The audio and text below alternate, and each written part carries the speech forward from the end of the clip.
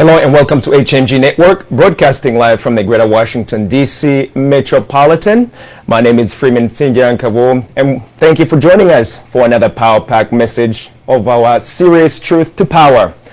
Join our conversation today, and we are taking you all the way back to the Southern Africa in the country of Zimbabwe.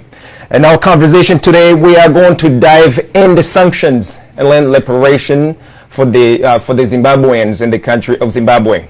So join our conversation as we explore the myth, the realities about sanctions on Zimbabwe, land reparations, and the role of the West on the issues of Zimbabwe.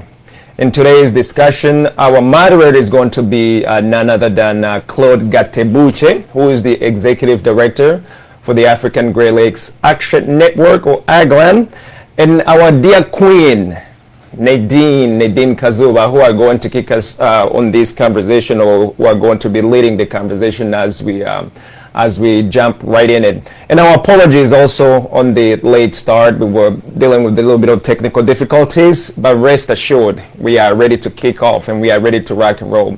So Claude Gatebuke, if you can hear me, brother, take it away. Good morning. Good morning, Freeman, and good evening, Rutendo, and good morning, Nadine. It's a great honor to be a part of this conversation. And as someone born on the continent of Africa who's concerned with the well-being of our sisters and brothers on the continent and the diaspora, I am honored to be a part of this conversation. It's important to build a true African union, and this will be done by none other than us, we, the people, connecting across the continent and in the diaspora, learning and taking action. Like to quote our brother from Ethiopia, Kaya Bashir, who was previously on this broadcast, who said, we must organize, energize, and act to take our own destiny into our own hands in solving issues that affect our sisters and brothers. I could not agree more. We must be a part of the solution. I've seen our guest today in presentations, and I have to say, you are in for a treat today. The structure of our conversation today is going to be a conversation with our guest first, talking about the sanctions and land reparations in Zimbabwe. And then we'll have our guest interact with you, the audience, by responding to your comments and questions that you are sending via YouTube and Facebook. For those of you who are watching at home on your televisions, please go ahead and invite a neighbor to listen to this powerful conversation where Africans connect the dots. And if you're watching on social media, Facebook, YouTube, and other platforms, please share these links so that others can follow this conversation. Our conversation today is with my fabulous co-host, Nadine Kazuba. Nadine, it's a great honor to co-host with you again, and I look forward to this conversation. Take it away. Okay, thank you so much, Claude. I'm very pleased to be here co-hosting this broadcast of Truth to Power with you as usual. So today we have a special guest from the country of Zimbabwe, who is going to tell us the issues the country of Zimbabwe is facing.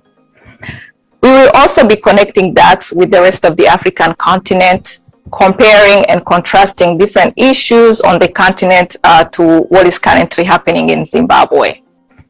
Before we begin, I would like to give you a little bit of geography and history on the country of Zimbabwe.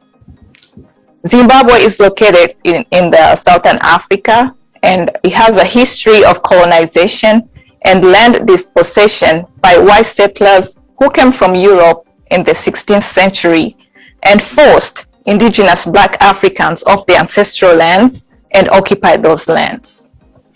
In 1980, Zimbabwe got independence after a long liberation war and negotiation between African natives and white colonialists. So without spending much time, let me introduce our special guest today. He's our brother. He's an activist. He's also one of for those who know him, he's one of our favorite Pan-Africanists. His name is Mr. Rutendo Matinyarare. Rutendo is also the chairperson and the director of the Zimbabwe Anti-Sanctions Movement, ZASM, whose purpose is to challenge the unlawful sanctions on Zimbabwe and their negative effects on ordinary Zimbabwean. So welcome, Rutendo. Welcome on our show. We give you a warm African welcome, and thank you so much for accepting our invitation. So besides being our greatest Pan-Africanist, can you please share with the audience a little bit more about yourself? Because we know you have a lot of greatness in you. Thank you so much. Thank you so much, Nadine. And I'm blown away by the fact that you're one of the first people that begin to talk about Zimbabwe in a context that starts in the 1600s. So just like Rwanda, we have a nation that did not start with colonialism. It started way before colonialism. And it was one of the 6 empires on the African continent. So I'm grateful for you bringing that up. I'm Rutendo Matinyarare, born in Harare. And I was born and raised in a family with a mother and father, blessed to have a mother and a father raise me through and through. I studied marketing and brand management. And with that, I started a marketing consultancy to do what every marketer thinks needs to be done, which is to sell products. And as I was selling products, I began to question myself.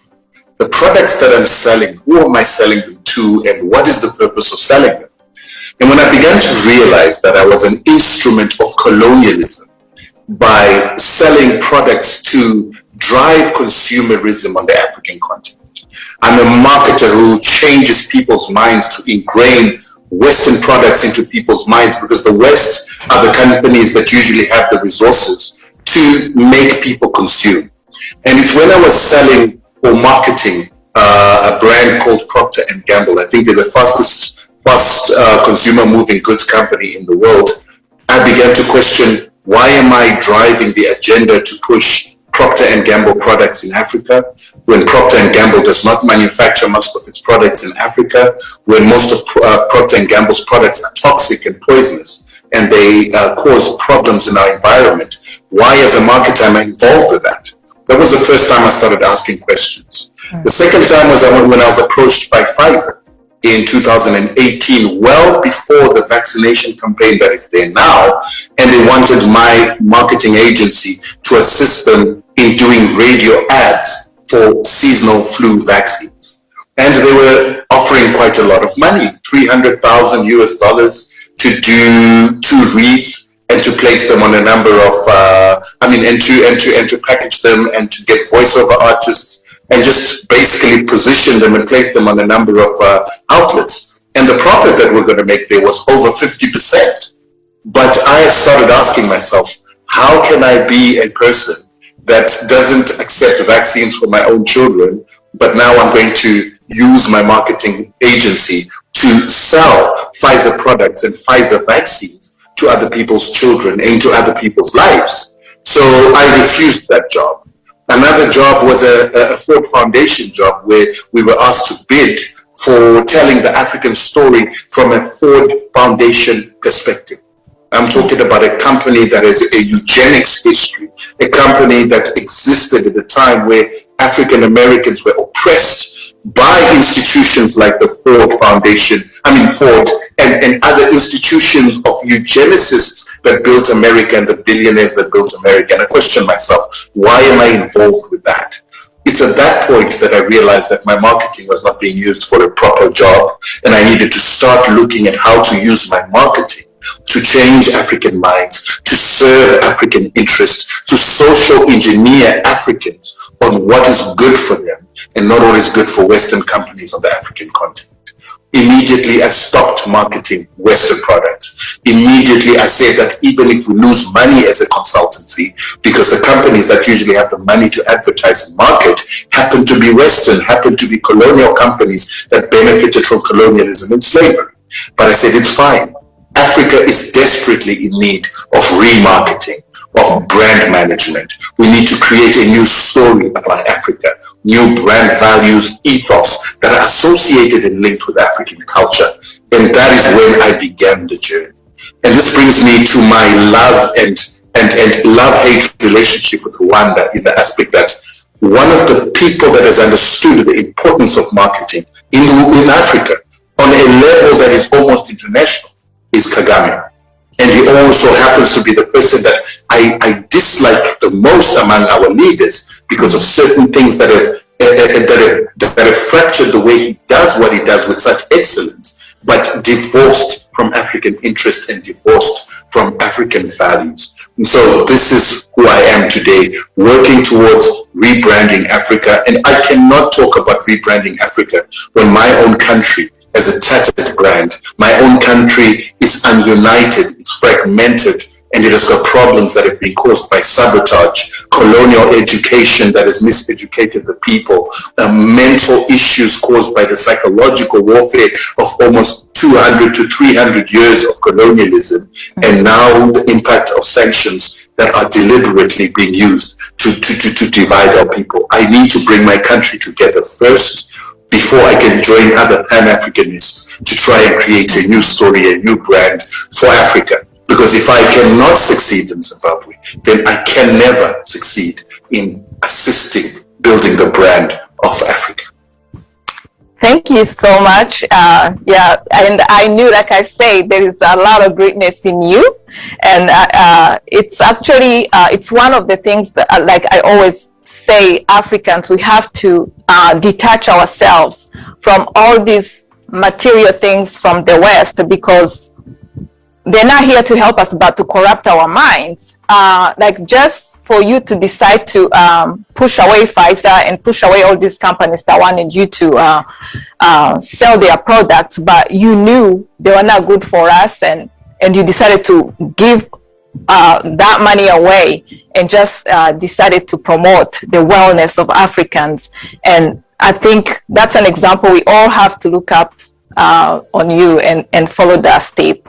But so we're gonna go ahead and start. I think the one thing before you start, as you were speaking, Brother Rutendo, I just kept thinking, you know, we're gonna have to challenge you on these colonial borders, you know. But other than that, I love the message. So please take it away, Nadine. Okay. Yeah. So moving on. Can I just answer that? Can I just answer that quickly? And I agree with you. But you know, I always say to people, before we can even bring down the colonial borders, we have to make sure that within the territories that we have, we change the mindset of our people to understand that these colonial borders are not right. So that means a decolonization process where we can get influence among our people. And over time, when they understand the agenda, we begin to break the borders and begin to, you know, unite with everybody else. I agree with you that the borders are not right. They cause problems. The language barriers are not right. The cultural issues that we focus on in our own little countries are not right. We must break them apart. I agree with you 100%. Absolutely. Yeah, so moving on, as today our focus is in your country, Zimbabwe, and sanctions. So we would like to educate people and to know exactly what is happening, because like right now, a lot of people, when they talk about sanctions in Zimbabwe, there is a current narrative. And the current narrative is from US government websites, it's from a European Union websites, it's from the mainstream media that is mostly controlled by the powerful nations, by the West. And so the narrative says that the Zimbabwe is under sanctions because of a lack of progress in democratic and human rights reforms, as well as restrictions on press freedom. So we would like to know, Rutendo, are you there? I'm here, sorry.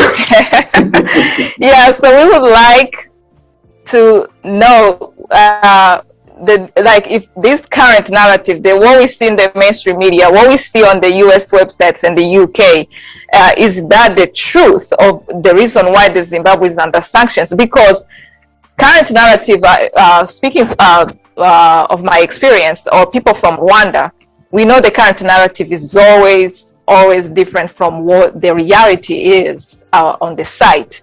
So can you please tell us the reasons why Zimbabwe is under sanctions. I mean, you have the Zimbabwe anti-sanction movement. You understand very well the problem. So we would like you to give us reasons why the country of Zimbabwe was put under sanction. Thank you so much. And I think at this point, it's very important for me, in line with what it is that Brother Claude brought up, to make sure that I dovetail what I'm going to say about Zimbabwe into a broader understanding of why this is important for Africa and why it's important for people to understand why the fight in Zimbabwe must be won, the fight in Rwanda, the fight in Congo must be won, so that we can get to a point where we can start building Pan-Africa. Because ever since the beginning of the Pan-Africanist journey, we were always a continent that was divided into little parts. So the colonial territories that were created by the Berlin Conference began to manifest themselves even when we got independence, because African countries got independence at different times. They were influenced by different colonizers, which continued to solidify the division between nations. However, within that, there were certain people that believed in Pan-Africanism, so they were the Casablanca, a group that believed in Pan-Africanism that needed to bring countries together as quickly as possible. There was another group of people that were nationalists that believed that we need to continue with the agenda of developing as nations before rushing to merge. I come from a country of a Pan-Africanist who went through to Ghana to ask the Ghanaian president to train our very first soldiers and troops to get independence. So with that, our leadership was influenced greatly by Kwame Nkrumah and the concept and the aspect of Pan-Africanism. When we got our independence, that Pan-Africanism began to be ingrained in the national ethos and the value system of the fact that we need to come together as Africa, and we need to free Africa together before we can begin to enjoy the benefits of liberation as a united Africa. So for that reason, my country got independence at exactly the same time where the Europeans were beginning to coalesce around apartheid South Africa to ensure that apartheid South Africa would continue to be white, would not be defeated in a war as the Rhodesian government, which was the previous Zimbabwean government, which was white. It was defeated, and the colonial powers, which had created a bastion of protection in the south, with Mozambique controlled by the Portuguese and Rhodesia that was controlled by the British, together with South Africa, were trying to protect themselves to keep this as a stronghold for white colonial powers like we see in Australia and the United States, so that they could continue to exert their influence on the African continent, or the Black African continent, led by these white states. So with that, the South African apartheid government had created something called CONSAS, the Constellation of Southern African States. The logic behind this was fed into by Henry Kissinger, who said that we cannot allow this area of Southern Africa to fall into black control. We also cannot allow the black liberation forces that are winning independence from Mozambique to Zimbabwe to Angola to continue to fight and win against white governments, because then it's going to radicalize the rest of the African continent, including the French African countries that have been given independence on paper, but they had not been given true independence because they didn't fight for their independence. So with that, they decided to say, let's make sure that we strengthen South Africa, and South Africa must exert influence to stop the overthrow of apartheid. And that needed to start off with the creation of an organization called CONSAS, Constellation of African States, in which South Africa would lead all these independent Southern African states in a collective federation controlled by a white government that would then tell the world that this white government in South Africa was legitimate and accepted by its neighbors in Southern Africa. Therefore, there was no apartheid, or at least apartheid, which means separate development, is legal.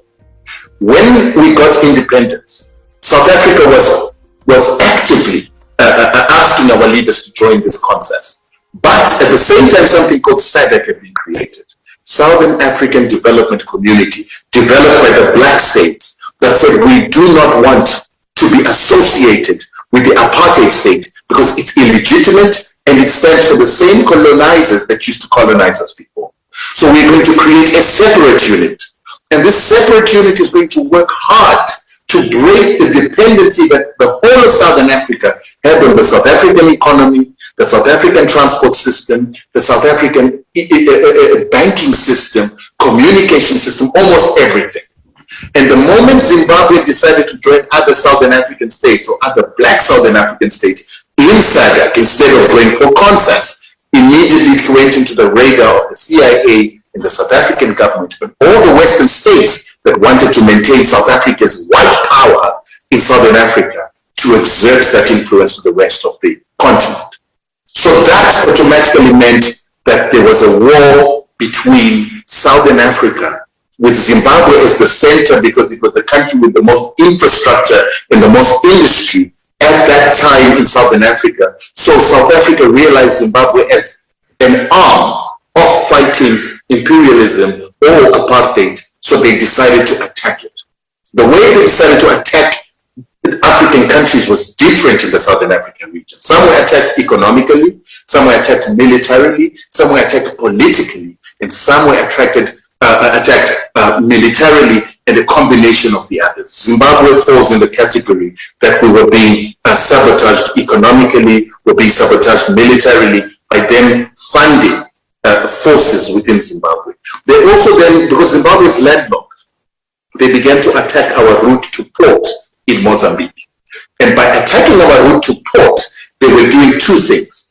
Attacking Zimbabwe's route to port so that Zimbabwe could not be economically self-sufficient. And if they blocked the Mozambican way to port, the only other way to port would have been South Africa or Namibia. And Namibia was also controlled by South Africa. And by so doing, by fighting our route in Mozambique, they were also fighting Mozambique to stop Mozambique from supporting ANC, MK veterans, which was the armed wing of ANC, and AZAPO, which was the armed wing of the PAC, from being able to operate in Mozambique.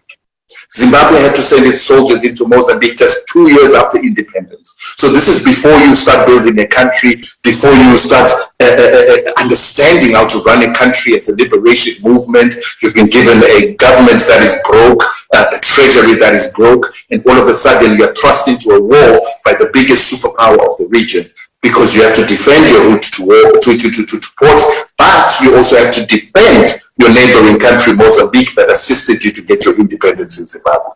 So that's what started happening immediately when we got independence. So the Pan-African ethos was already put into action when our army had to be put together. And remember, they united three separate armies, the army of the Rhodesians, and they put together that with the two liberation movements that were not exactly in good books, and they had to create one military. And just as they were gluing this military together, they had to go and fight in Mozambique. And they also had to fight at home, where this other division of the liberation movement, we had two of them. We had the ZANU-PF and we had the ZAPU. The ZANU-PF and ZAPU were divided, and they were divided loosely by tribalism. And this tribal division, when the armies were being brought together after independence, some people within ZAPU, just like people within ZANU, did not get positions in the new army, and they decided to create a rebel movement that was being financed by the South Africans and the CIA to destabilize Zimbabwe, to try and cause a tribal war. So they tried to do the Hutu-Tutsi thing in Zimbabwe. They tried to do what they have done in Congo to get different tribes to fight each other. And with that, the government had to deploy its own soldiers in its own country. Yes, sir. It's also what they're doing with the Tigrinya and the Oromos and all that in Ethiopia today. Just to correct my brother. Yep. Yes, absolutely. That's what I wanted to add currently, when it's happening currently. Also in South Sudan, same thing. Also in West Africa, in Nigeria, it's happening as well. Biafra, and that's correct, my brother. I love the way you bring it together. So this divide and conquer is what they've done on the African continent and what they were trying to employ in Zimbabwe.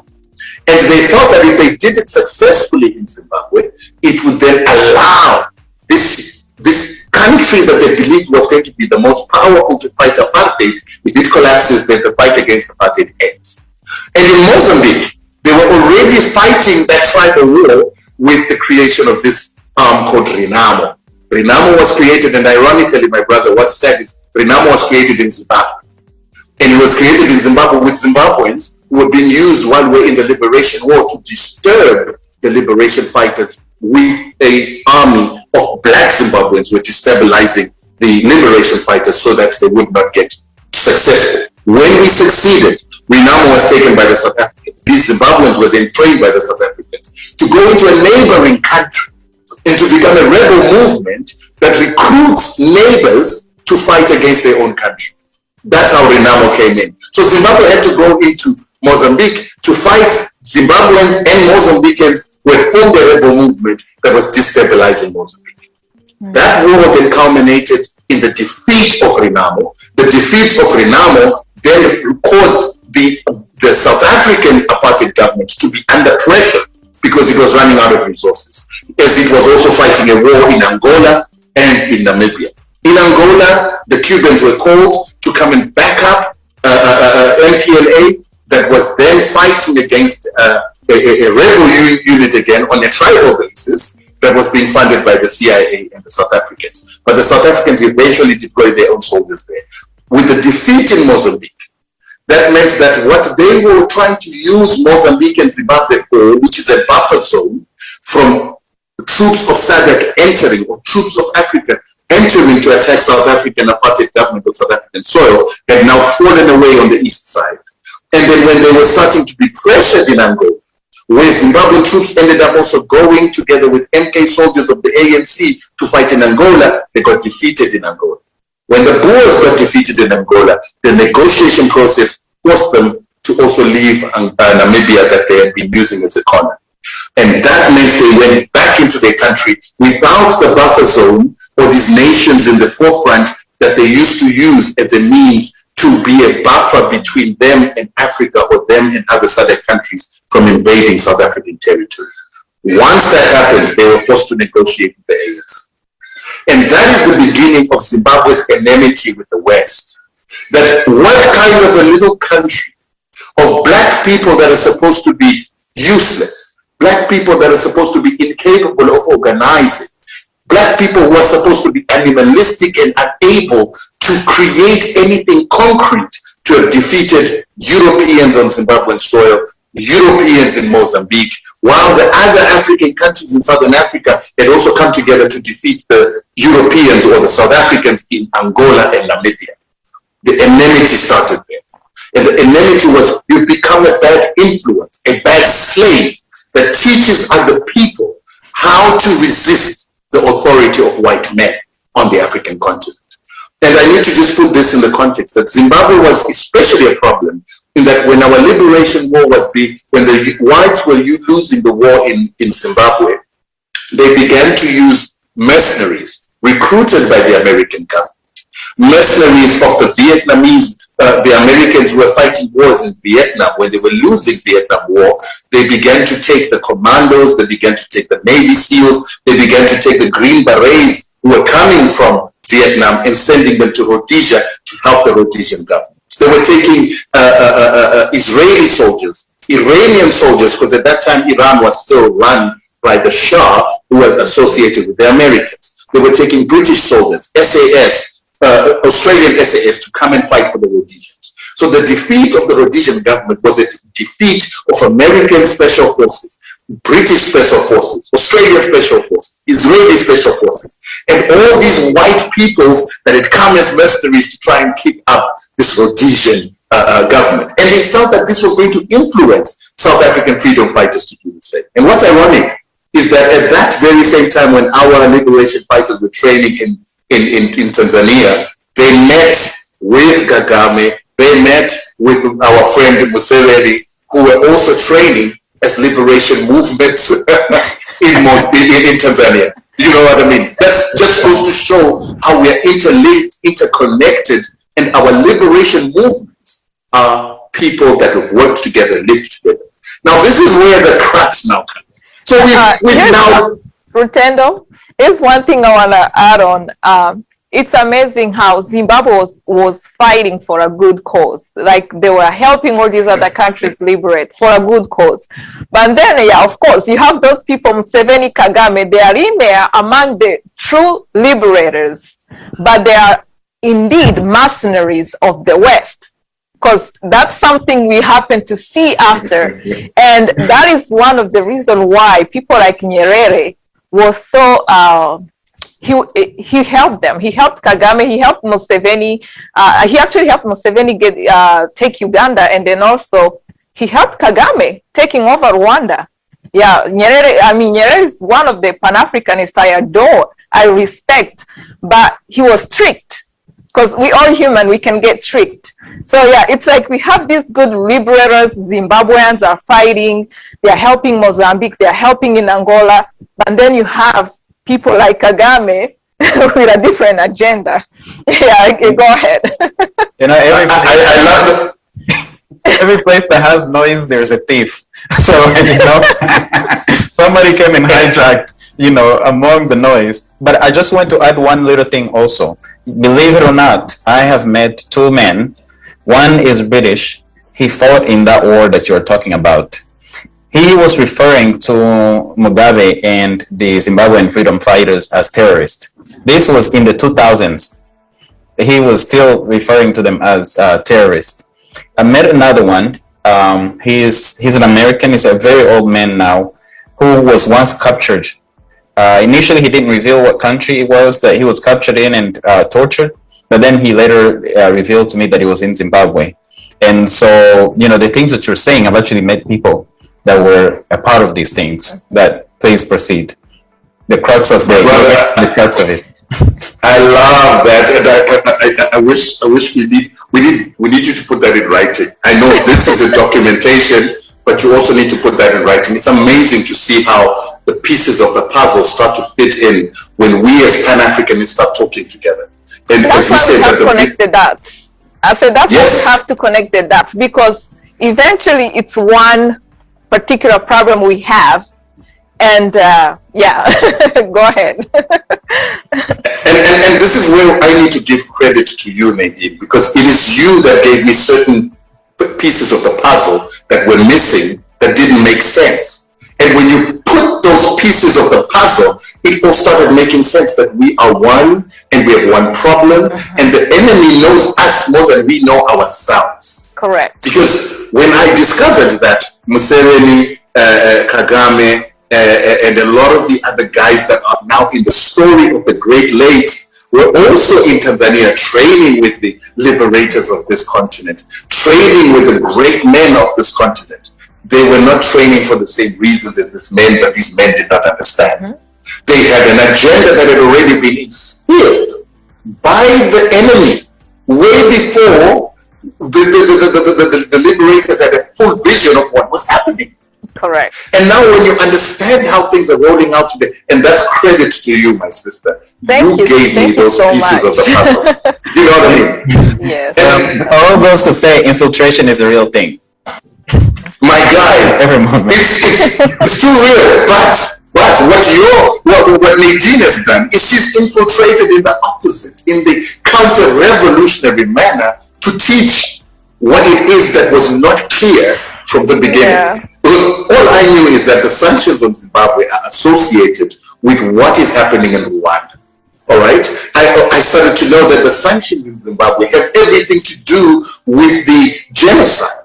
And then I also started understanding that the genocide and what it is not what we are told, because it's part and parcel of the agenda to break what it is that we're trying to build in Africa, which is our unity. And so that brings me to the fact that when we defeated the apartheid government, someone would think that it was defeated in Mozambique, it was defeated in Angola, the CIA was defeated, and now we had a Southern Africa that was in one order that they wanted to use to project imperialism into the African continent. That was no longer possible. At least that's what we thought. Until we then realized Noam Kabila coming down to Zimbabwe and saying, please come and help me. I'm about to get overthrown. And we're thinking, but you just overthrew Mobutu Sese Seko. You just removed Mobutu Sese Seko. So why should it be a problem? And he's saying, no, they are rebels coming from Uganda. They are rebels coming from Rwanda. They are rebels coming from Burundi. Backed by United States. They were on the top of that, backed by United States and UK and France. The West. And France, yes. And what was, but remember, I'm trying to give you the perspective of what was happening in Zimbabwe. The Zimbabweans did not fully understand the problem of what was going there.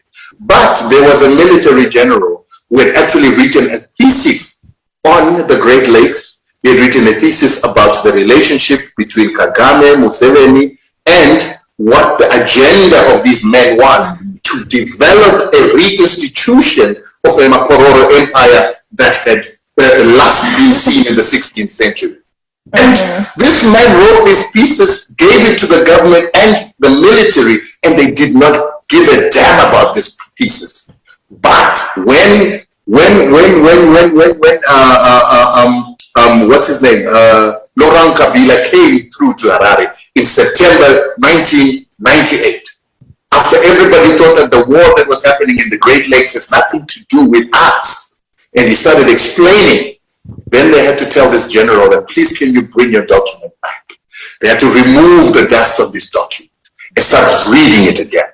And immediately Mugabe held a SADC meeting in Harare and said to SADC, Congo is one of us. We have got to go and defend Congo from this territorial invasion by these other powers. And other guys were saying, but those are Pan-Africanists. They was like, no. When you read this document, they are not Pan-African. And this invasion of another territory in Africa has nothing to do with Pan-African. It is then that they had to send a fact-finding mission that went and landed in Uganda. From Uganda, it went to Rwanda. From Rwanda, it went to Congo, it went to Tanzania, and the story became totally different. Even the understanding of what had happened during the so-called, the genocide was now blown into a different context. So Zimbabwe came back and said to SADC, we have to intervene now. There's no time to wait for tomorrow. Because the French had airlifted rebels and soldiers from Uganda and Rwanda. It was not just rebels. They are called rebels, but actually they were national armies that were involved in there, that had been lifted to even the east of Congo, the west of Congo, Goma, and a place called Matadi, and they were ready to destroy Congo to overthrow Kabila. So by the time the Southern African forces, which included Zimbabwe, Namibia, and Angola, got into Congo, the rebels were already in Kinshasa, ready to march onto the palace and to remove Kabila. And the reason they wanted to remove Kabila is Kabila wanted the resources of Congo to revert back to serve the Congolese people. While Kagame was saying, my brother, you've got a Tutsi wife, you come from here, you grew up here, we ate with you, you know what me and Museveni are organizing, so it's time that you give back to us, the people who gave you the freedom. And Kabila was saying, no, my people are starving in a country that is so wealthy. And that is the fight. So when we fought this war and forced a situation where Kabila wasn't overthrown, the second agenda that had happened is that the UN actually wanted Kagame and Museveni to cause such a lot of death and chaos that the UN would put in a proposal that was already put to the fighting forces that let's divide Congo into 5. We divide Congo into 5, make sure that different tribes live in their own, so that we don't have war and we have peace. But Zambia, which was the middleman in this, together with the Zimbabwean government, had written a proposal that said we need to share power. So let's talk, we share power, the foreign forces inside Congo leave, and then we have peace.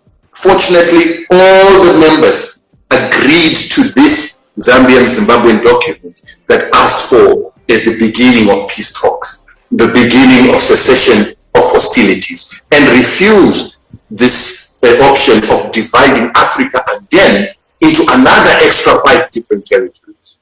And of course, those territories have been managed by power. So this is what eventually caused the Americans and the British and the West to say, this Zimbabwe has been a problem for 20 years. It has been a problem, in fact, for 34 years since independence fights. It's time to destroy it.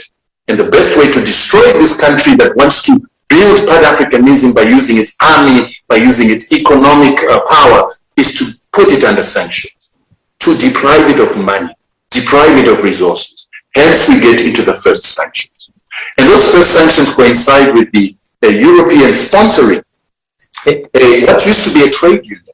I hear someone wanting to speak. Yeah, I want to stop you for a second, because a couple of things that you said, the dividing up of the Congo, you know, this is a real thing. They call it the Balkanization of the Congo. People denied that this was happening. And I want to kick a shout out to our brother, Kambale Musavuli. Not sure if you're watching, but I'm sure at some point you're going to watch this. And the other Congolese and Friends of the Congo, who were one of the sponsors for this broadcast, who, and many Congolese, millions of Congolese who resisted this dividing up of the Congo. But the reason I'm kicking a shout out to Kambale, there is a lot of times when people deny things, there's documentation. We have video. I just wish that we knew that you would talk about this so that we could ask the studio to load it up, of Kambale Musavuli challenging an American ambassador on, I believe it was Al Jazeera, I can't remember which broadcast it was, where the American ambassador was pushing for the dividing up of the Congo. But I think the work that was done by the Congolese people to resist the Balkanization of the Congo was amazing. And it cannot be understated, because they continue to divide up Africa further than it is. You know, it's to weaken the continent. And I think that's what you were getting at, plus, you know, the other reasons. So I will hand it back to you, but I just wanted to agree with you, but also give some documentation so that the audience can see it. We'll load it in the description of this video so that you can see that evidence yourself. The Congolese people that resisted, you know, this dividing up of the Congo. If it wasn't for the Congolese people and the other Africans who fought for Congo staying together, Congo would have been annexed by Rwanda and Uganda. And it would have been a disaster too. On the top of that, even though, I mean, there's still a lot of stuff going on in Congo, because Kagame hasn't left, Museveni hasn't left, they are still there. But the lack of them losing the ability to do the balkanization of Congo, they have lost a lot, because otherwise the resources that will just be handed to Kagame and Museveni and the West, even though they are still doing it, but it won't be the same. And I love what you're saying. Claude, thanks for such enriching information. And let me tell you why that's so important for you to keep putting in this information, and why this video is actually going to be instrumental even in the writing of new works, is that the current works that exist on the issue of Congo, Rwanda, and Uganda, or let's call it the Great Lakes region, a lot of them are written in French. And we've got very little narratives that are written in English. And so therefore, I'm learning this as I go, and I'm saying, why doesn't the documentation exist? And I've realized that the documentation exists because the English-speaking Africans don't care about what is happening in the so-called French-speaking Africa. And I'm thinking that's absolutely unacceptable. But I'm grateful in the aspect that Rwanda has got a special character of being. You guys are organized. You guys are very pedantic. You have a different mindset to a lot of people on the African continent, including my people, because Zimbabweans don't really care much about some of the things that I've seen you guys caring about. The fact that there's so many groups that talk about the history of Rwanda, the history of the Great Lakes, and so many people getting arrested for telling a history. You guys are not just being arrested because of resisting the government. You're actually being arrested for telling the history. In Zimbabwe, we've never heard of that, where people get arrested for telling the history because people don't see history as important. You guys in Rwanda understand the importance of history. So it is from you that we're going to begin to build the knowledge basis of what history that is disappearing, history that the Americans and the West want to disappear. It's people like the Congolese people that talked about this balkanization that I only discovered recently, that we are going to be able to start teaching people the importance of history for our own good, and start making other people understand that sometimes I think history is much more important than any other subject. In fact, we should have that as a foundation and everything else falls. So I'm loving it because... Yeah, without cutting you off, I would like to add on something because, Rwandans, it became like learning about problems about other countries. It's something that happened. I probably will say, like, before the war in Rwanda, Rwandans were just like any other Africans. We were just living there. We felt like the country is peaceful. We will hear like stuff on the news, what is happening around. But after we left the country, after Kagame took over Rwanda, and after we saw what the media was saying about what is happening in Rwanda, and how the majority of Hutu refugees were being abused, were being denied their rights, being called the genocidaire, like they killed Tutsis. You can't have 85% of the population kill Tutsis, like kill the entire 15% of Tutsis, and you can't say like the entire population was doing that. There were Hutu militias who were killing Tutsis during genocide, but the blame it was kind of put on the entire population of the Hutu refugees. The majority of Hutu, like you could not go anywhere. Any country you was going to, you was labeled as a such. You are a genocidaire. We couldn't, our passport became invalid. We couldn't go anywhere.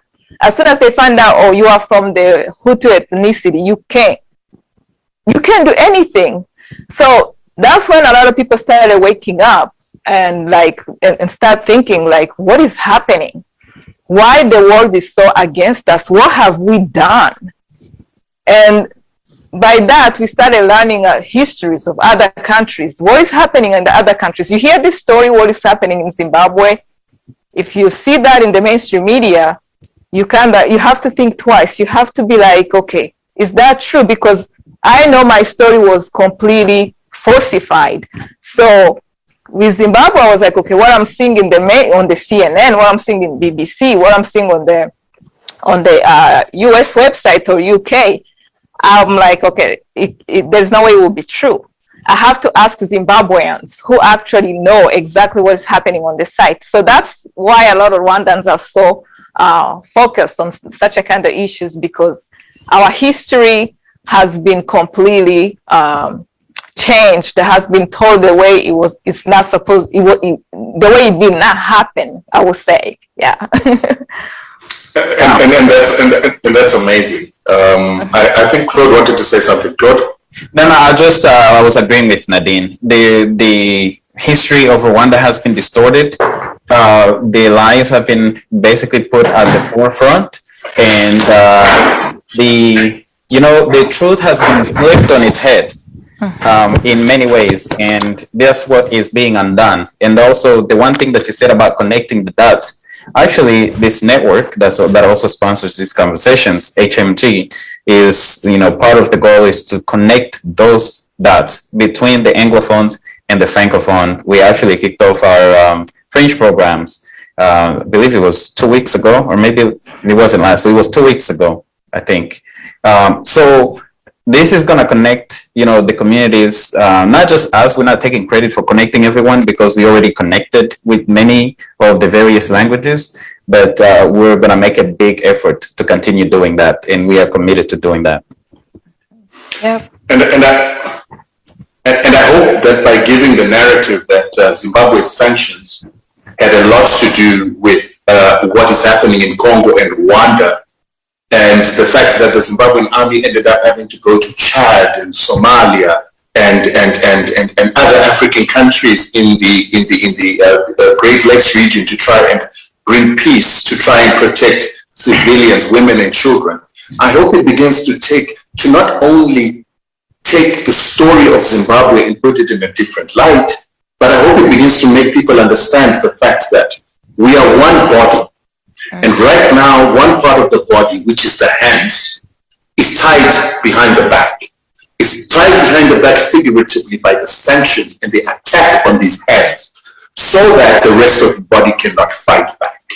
But while the hands are tied behind the back, which is this Zimbabwe and the sanctions, an engine that has been fighting for Africa all out through the Central African region, through the West African region. They've got soldiers in Equatorial Guinea trying to assist Equatorial Guinea after the South African Boers white people tried to undertake a coup there. I hope people will understand why we need to talk about the hands behind the back, and why we need to untie the hands behind the back if Africa is going to be able to have its hands up and its legs and its head to headbutt to fight back an enemy that is not only not restricted, but there are many of these enemies. So we are fighting France, the United States, England, Europe, the Australians, the Canadians. Their arms are not tied, and they are fighting at their fullest. And they've got weapons, they've got superior weapons to us. But this Africa has got some of its hands behind its back. Hands behind its back in the form of Zimbabwe under sanctions, in the form of France Afrique, in the form of certain powerful nations like Rwanda that are still undertaking a colonial agenda, and Uganda also taking the same colonial agenda. To some extent, even Rwanda and Uganda fighting each other. Yet, if we could have these hands untied, then we can begin to fight as a whole body, and as we fight as a whole body, we can become Africa united once again. And I want, Claude, to make you understand that that's why, for now, I have to talk about the hands that are behind the back. I have to focus on untying the hands. So my fingers are working to try and untie this. And it seems as if I'm obsessed about the hands. No, I'm not. I understand that until the hands are untied, we have the Zimbabwe untied. We have South Africa, which is also still a colony, by the way, because they let the apartheid government continue to manifest in economic power by not taking away what was made during the crime against humanity. And so once we untie those fingers and I untie the hands, now we can say, you see, the hands are untied. How do we now coordinate between the hands, the feet, the head, and the rest of the body? Yeah. Go ahead, keep going. Because what was starting to happen is many of my videos were Pan-Africanists, talking generally about Pan-Africanism and bringing Africa together. The attack I used to get from a lot of people is that you can't even unite your own country, but you want to talk about bringing Africa together. You're a dreamer, you're a madman. And because of that, I became somebody who's not credible in what I'm saying. Because if I can't bring unity in one little country and then one little region, and then take that region together with other regions to bring them together, then we are never going to be able to get Africa free. And I had to agree with that. And I also had to agree that the agenda was to break Zimbabwe through these sanctions, because Zimbabwe not only got punished for going into Congo, it not only got punished for taking its army into Congo to keep Congo whole, but it also got punished for taking land and giving its people land. And if you remember, the Congo story is about Kagame wanting to take the resources and the land of Congo for these people to enjoy that. And that is what he was being destroyed for. Idi Amin, someone might say, Idi Amin got removed by Obote, and then eventually we had the removal of Obote by Museveni, because they wanted to serve their people and their nation as a whole, while Museveni had an agenda to serve a certain group of people and certain tribes rather than, the African agenda. Because the moment we become tribal, we've lost the African agenda. The moment we start fighting as tribes and taking resources as tribes, we've lost the African agenda. So this is what it is that led Zimbabwe to the sanctions. We took our land. We said, let's give it to everybody.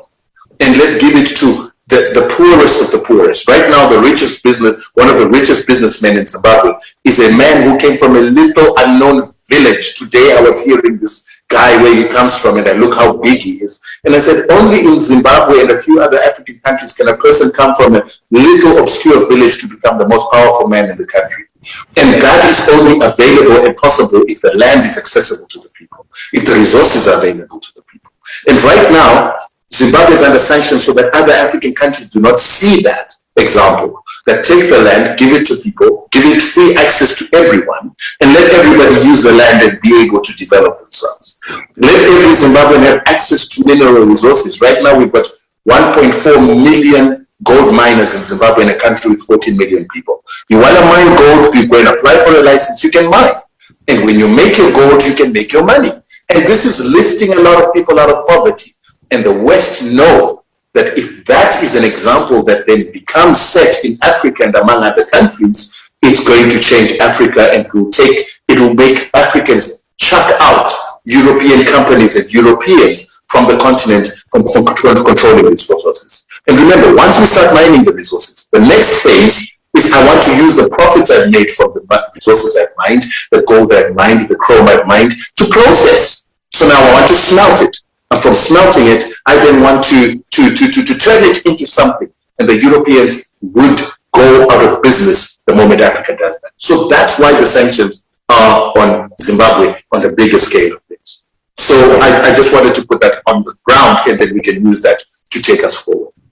Yeah. Also, I want to add on something really quick, because like back to the current narrative that is believed like a violation of human rights and restriction on press freedom.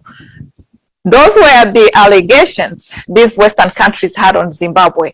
But if we can look again in Africa, if we can look on Rwanda, we can look Uganda, we can look Nigeria, human rights violations, let's just focus on Rwanda itself or Congo. Kagame, he has attacked in Congo. He has killed over 6 million of people. Those are like the worst human rights violations that ever happened in this century. And then he's still killing people in Congo because he still have people fighting there.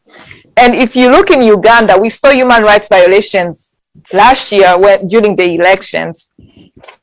And all those countries, they don't get put on sanctions. But Zimbabwe, we haven't had anything major like that happening that they really had to be on sanctions. Even that, like you always say, they're supposed to have a due process to put a country or somebody on sanctions. But all these countries are out there doing whatever they want, killing people in other countries, and nothing gets done. But then, yeah, a country that is actually trying to help its own people, liberating other African countries, gets put on sanctions. So I think. In addition, Nadine, you're talking about Uganda, the human rights violations, you know, during the elections, even before, inside of Uganda has the Museveni government has committed genocide against the Acholi people. Anybody who hasn't seen it, watch the film, A Brilliant Genocide. It's a documentary, not Hollywood. Uganda has invaded every country that borders it, except for Tanzania. It's invaded Kenya, South Sudan, Congo, Rwanda, and you know they've committed mass atrocities inside of the Congo, inside of Uganda. Same thing with Rwanda, you know, which Rwanda is basically an offshoot of, you know, the Kagame and the RPF regime is an offshoot of the NRM. It's copy paste. The NRM in Uganda is, you know, the RPF is copy paste of what they did. Yeah. And they've committed massacres inside of Rwanda and gone into the Congo and are still committing massacres there today. And we can go on and on. There's South Sudan. There is so many places where there is human rights abuses and the lack of democratic what is it called? Lack of democratic processes or something like that. I mean, if you look at that ridiculous election in Uganda, earlier this year, you can tell the same reason Zimbabwe is on sanctions. Uganda should be on sanctions.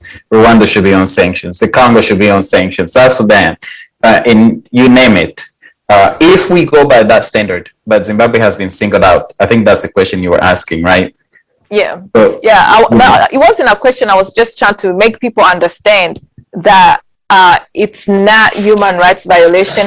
It's more. It's just something different. Like Rutendo just described, the whole reasons why Zimbabwe was put on sanctions is because Zimbabwe wants its resources to be for its own people. It wants its lands back. It wants all that. It's not. That's the reason why they were put on sanctions. But let's forget about the whole human rights violations, because so many countries, then they should be on sanctions by now if we have to look at that. And not only that, the saying that Zimbabwe was put on sanctions in 2001 because of violence against the opposition There were no people that died in 2001 in any of the elections. That's one. Number two, the elections were held after a referendum was held, where Mugabe's government, or ZANU-PF, wanted to have a vote in a referendum to allow, to get permission from the people to change the constitution to then be able to take land without compensating white farmers. So that was happening in 2001. And when, I'm sorry, in 2000. And that year is the same year that we had the parliamentary elections. Now listen to how interesting this is. So the process begins to roll on. We have a trade union that was created in the period of colonialism to fight the owners of capital and white farmers who oppress black people. This trade union was fighting the colonial system. And when we got independence, this trade union continued to fight white capital because they continued to own industry, they continued to own the lands, they continued to be the farmers. So they were always fighting these white property owners and capitalists for controlling too many resources and exploiting the African labor in exactly the same way that was happening during colonialism. It got to a point where between 1990 and 1997, Zimbabwe had the second biggest stock exchange in Africa after South Africa. And it was more profitable than the South African Stock Exchange, which for the past 130 years has been the most profitable stock exchange in the world because of exploiting black labor and the resources of South Africa. Now, between 1990 and 1997, Zimbabwe's stock exchange overtook the South African Stock Exchange in terms of returns to investors. That goes to show you the level of exploitation of Zimbabweans that was happening and the Zimbabwean resources. So at this time that people were saying Zimbabwe is a fruit basket, white farmers were making a killing from exporting flowers, tobacco, and that kind of stuff, with monies not even coming back to Zimbabwe but staying overseas. They were making a killing from mining, and the industry was very minuscule compared to the mining and agriculture. It is from that point that this trade union was fighting these capitalists. And all of a sudden we get to 1999, Mugabe announces to the world that I've been waiting for the British to do what they agreed to do in 1980 when we had the Lancaster House Agreement that said that we, the black people, shall not take back our land for 10 years, but we shall buy back our land for 10 years. But now, 1980 to 1990, we stuck with our agreement. We agreed to buy land from the whites. We agreed to pay for the land in foreign currency, our own land, just so that we want to show the world that we can reconcile with the enemy and we will not be enemies forever. We will share the resources, even though the resources are ours. But now, when it came to 1990, Zimbabwe had the authority to change the constitution and to put in that constitution the right to take land compulsorily and to pay what the government now felt was a right to pay for the land. From 1980 to 1990, the government had to pay land prices determined by estate agents. I don't think I have to ask you to guess who were the estate agents. It was a colonial country controlled by white estate agents, so they were the ones that were determining the price. And for those 10 years, these estate agents manipulated the prices of homes, the prices of land, so that the price of land would keep going up and the Zimbabwean government would not be able to pay for this land. And they did this in cahoots with the Americans, the British, and the Europeans, who then were giving white people money to buy property in Zimbabwe to take the property prices up. It is that very same period that the United States government bought the land that they built the second biggest embassy in Africa, in Zimbabwe, from land that was bought during the time that they were manipulating prices of land and property. So this, I'm just trying to show you the duplicitousness of these people within that time. So now Zimbabwe had the right to change its constitution. Come to 1990, they begin to talk about the changing of the constitution, but South Africa was getting its independence, and the negotiations for South African freedom after the whites had been defeated in the bush was happening. The South African ANC says, hold on, Zimbabwe, please, don't take your land now. Because if you take your land now, while we negotiate for these white people to give us power, they're going to be scared that we're going to do the same thing. So don't show them what taking land looks like. Don't show them how laws can be changed from the colonial laws to new laws. Just wait. So Zimbabwe said it's fine. Take your country, write a new constitution, make sure that the country is stable. The Boers are not fighting, you are not fighting them, and so you've got peace. And then we will begin to take land. So between 1990, where Zimbabwe is supposed to change its constitution to take its land back, till 1997, Zimbabwe can't take land. But in the background, Mugabe is saying to the British, listen, we've bought land, we've given your children money, now it's your turn to give us the money to take the land that we need for ourselves, because we need 8 million hectares of the 16 million hectares controlled by white people to give to our people. The British government then has the Tony Blair government coming in and saying, it's not our responsibility to pay for the previous government's promises. Rutendo, I think you moved really quickly.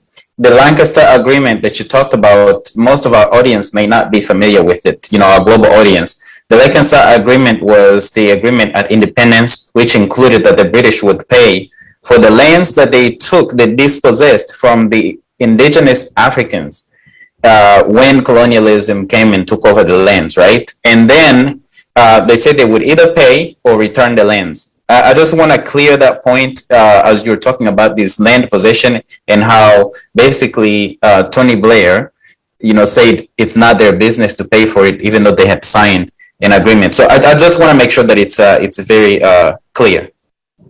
And I think I like the fact that you just basically say maybe I should just give a bit of context for historical knowledge for the people.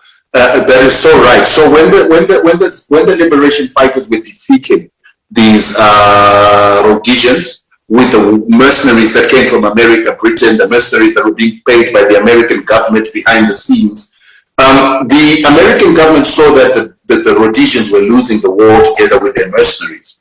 So what they did is they put pressure on the countries that we called the frontline states. Now, according to the OAU, countries were supposed to assist those that were still colonized to receive their independence.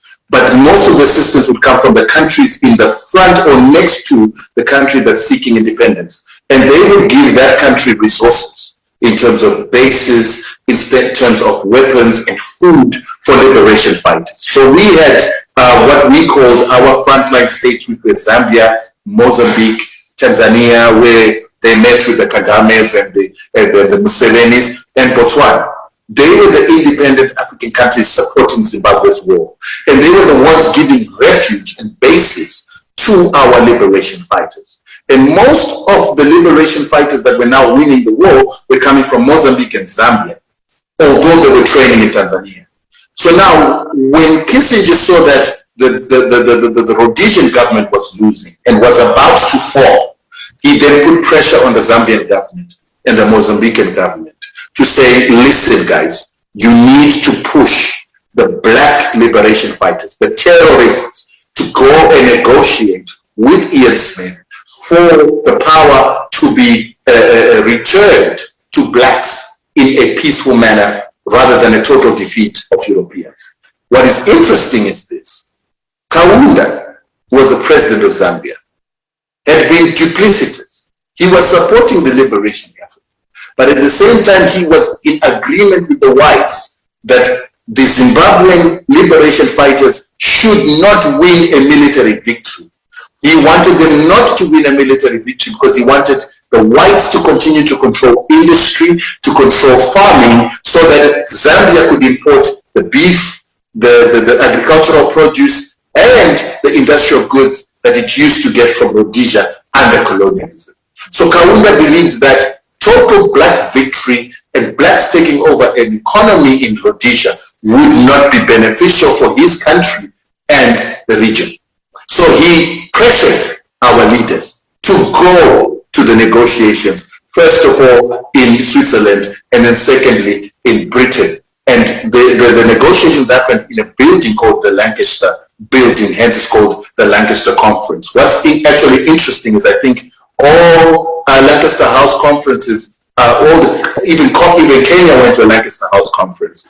All colonies of the British, I think, negotiated their peace in the Lancaster House. So at the Lancaster House, with these men, liberators, who felt they could still fight and they were going to defeat the Rhodesians totally, it got to a point where they were now even bombing fuel tanks in the city center. They had gotten to a point where they could now enter the city center. There were no-go areas in Zimbabwe, meaning the war was won, but now they wanted to defeat the whites by going into their houses and killing them in their houses. And the British said, and the Americans, we're not going to have that precedence. We're not going to have Europeans pulled in the streets because they've been killed. We need a negotiation, and we need that negotiation to be forced. So Zambia pushed the liberation fighters, and so did Machel in Mozambique. Now you need to understand Machel's position. Machel had fought a war for his own country to liberate Mozambique. Eventually there was a collapse of the Portuguese government that eventually brought peace, but they were winning the war. So the country was destroyed. The Portuguese put salt, they put chemicals, they destroyed buildings, they destroyed the plumbing systems. They poisoned the soil to make sure that Mozambique would not be a viable country again before they left. So he was left with a tattered country. And while the country was tattered, he started supporting the liberation movement in Zimbabwe. And while he was supporting the liberation movement in Zimbabwe, there were UN sanctions on Rhodesia. So UN sanctions are legal because they are put in by a group of nations, unlike these sanctions Zimbabwe has put in by our colonizers. So the UN sanctions forced neighboring countries to shut Rhodesia off. But Mozambique made most of its money by Rhodesia sending its goods to port through Mozambique and getting it fuel through the Mozambican pipeline. By shutting down Mozambique shut down one of its biggest revenue streams in a country where the industry, the fields had been destroyed. So by the time we get to 1979, Mozambique is tired of the war. Economically, they're struggling. Renamo is also starting a war, 4 years of a war that is destabilizing Mozambique. So Machel needed aid from the UN, the IMF, and the World Bank. The World Bank, IMF, having American directors, British directors, and European directors, would not give him money to relieve his country. So they pressured him that if you want assistance, you must force these guys to go to the negotiation table with swing and not prolong the war. And if they refuse to go to negotiate, you need to tell them that they can't come back into your country to continue the war if they're not happy with the terms. So we have an agreement on the table that was set by the British, Americans, and Europeans that has got terms that were not good for the liberation movement, that would have literally put the liberation movement in almost a losing position instead of a winning position that they were. So Mugabe became hard-headed in these negotiations and refused certain terms. He wanted one man, one vote. He wanted to make sure that the army, the police were given to the winning side. He wanted to make sure that land was going to be returned to the people, when the British didn't want those kind of negotiations. Because the reason for the negotiation was to maintain white dignity so that they're not totally defeated, to maintain property rights that were colonial. And this is where I always try to explain to people that this thing called property rights, that's a colonial thing tactic.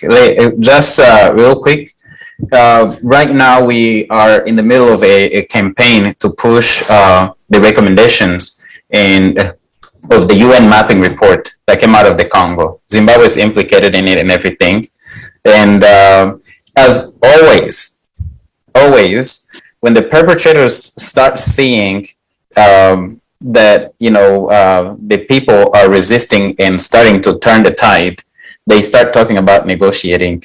So that trick of let's negotiate, keep us where we are. We want to we want to stay where we are. And let's forget everything. Let's erase history. Let's erase accountability. Let's erase justice. Let's erase the truth. Let's erase everything. Let's start from zero, as if nothing happened in the past. Is a very interesting thing. It's like, no, we had to deal with everything that happened. So it's a good thing. But I just wanted us to speed up because the audience is so engaged. They would like to also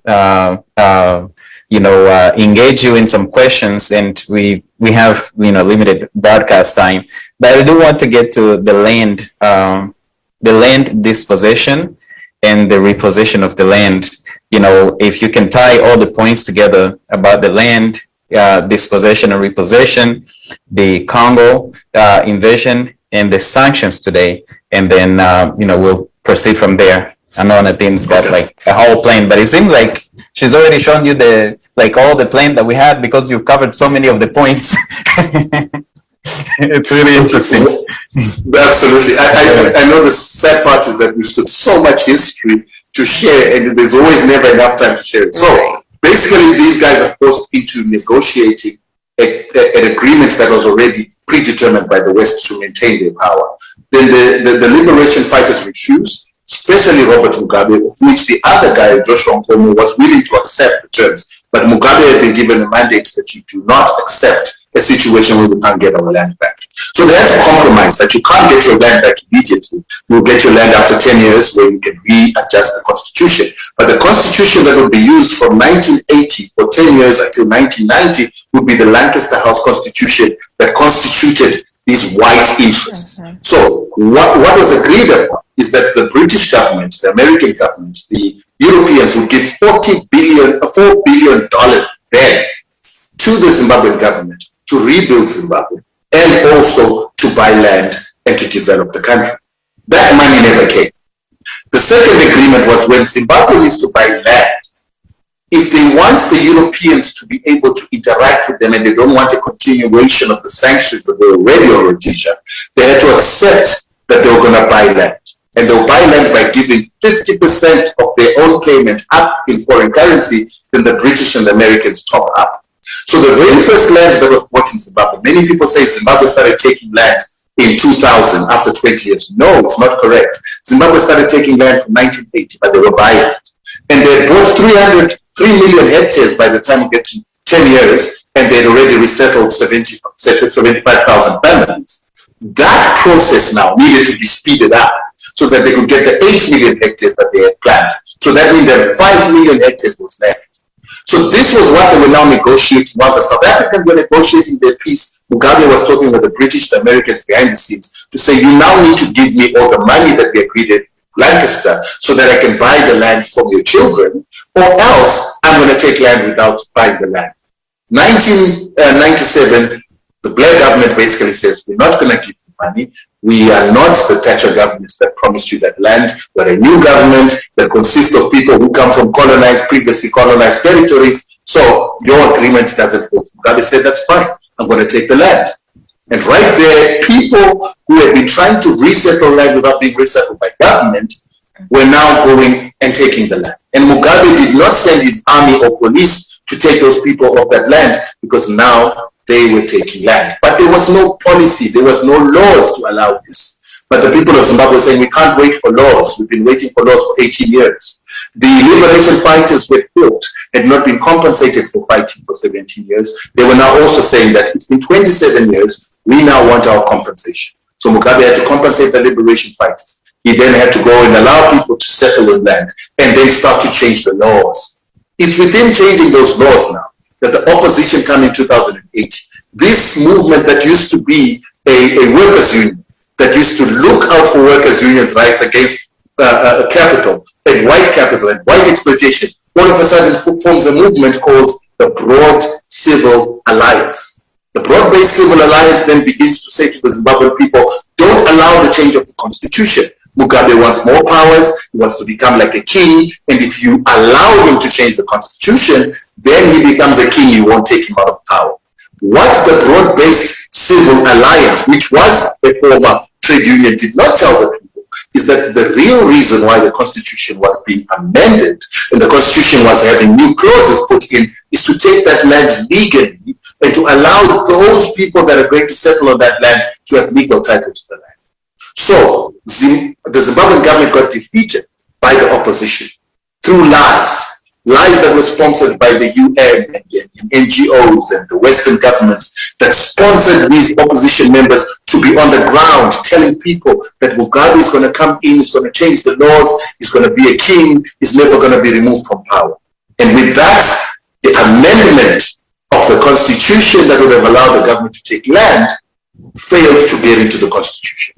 3 months later with the election. So the opposition had a win already. They had won to make people say no change to constitution. And they had lobbied in the country free. They were not hindered by anybody. I even left South Africa and went to one of their seminars. And there was no one stopping them from talking. And so they won this non-change to the constitution, which then therefore forced ZANU-PF to use its majority in parliament to change the act that allows land to be taken. So with that, then we are going to elections 3 months later. The opposition has spent so much effort campaigning for no change to the constitution. They didn't campaign enough for the elections. So with these elections, they got 57 seats to ZANU-PF's 61 seats, 4 seats difference. The Commonwealth observers say these are the best elections in terms of advancing democracy in Zimbabwe. Other people also say the same thing. And all of a sudden, the European observers say they were not free and fair, the opposition were in trouble, but nobody ever saw these beatings like what we saw in Kenya, like what we saw in Uganda. We've never seen that in Zimbabwe. We don't, in our culture, killing people is seen as something that will bring you so much bad luck that we don't do it.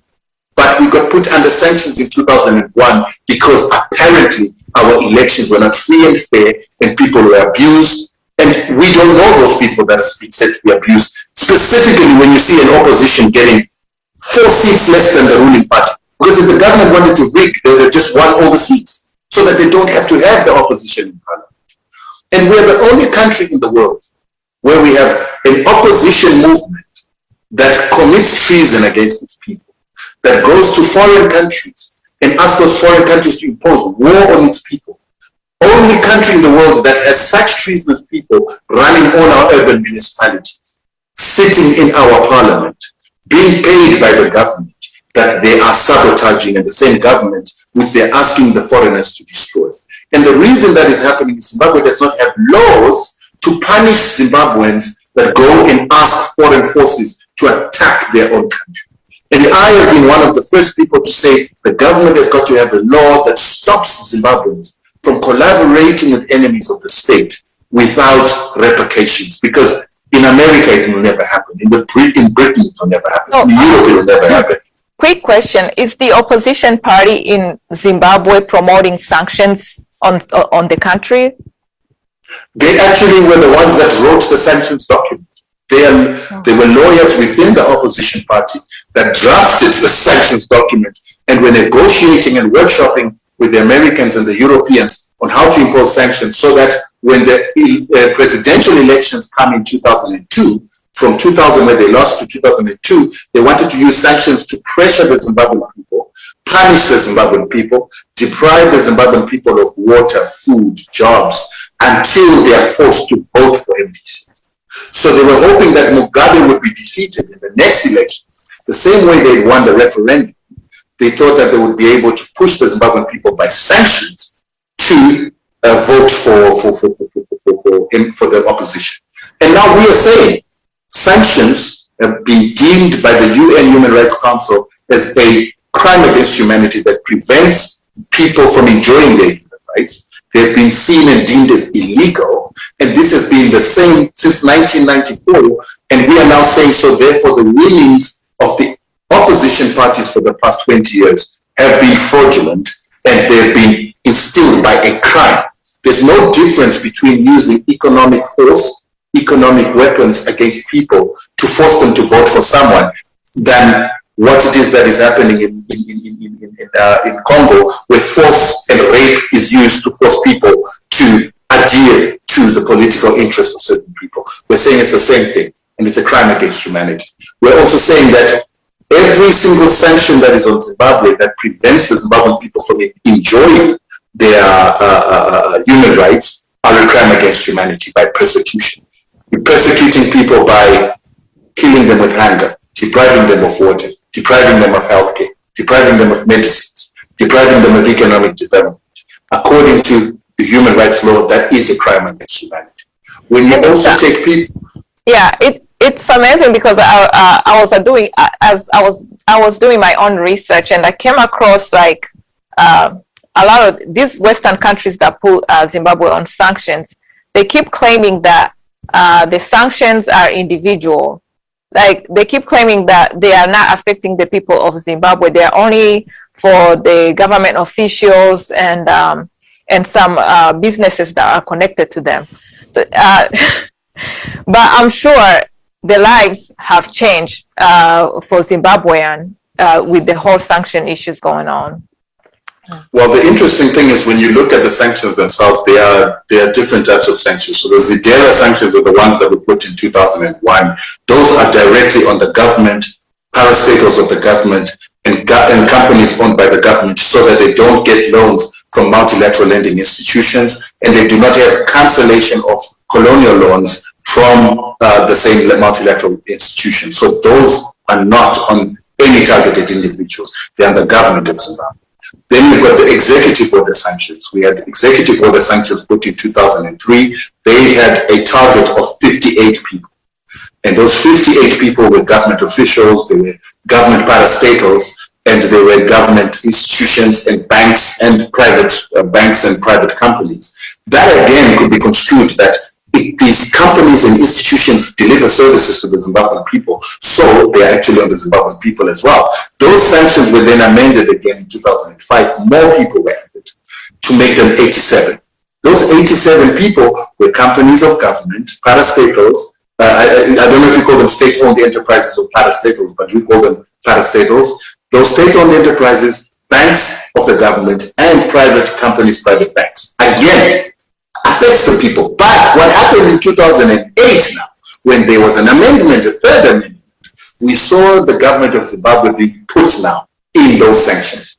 So sanctions were now that saying that any company that assists the Zimbabwean government, gives them software, gives them products, clears their payments, and does business with them, or even gives them aid without a license from the US president, that company will be under sanctions, together with 144 other individuals or anyone who does business with them.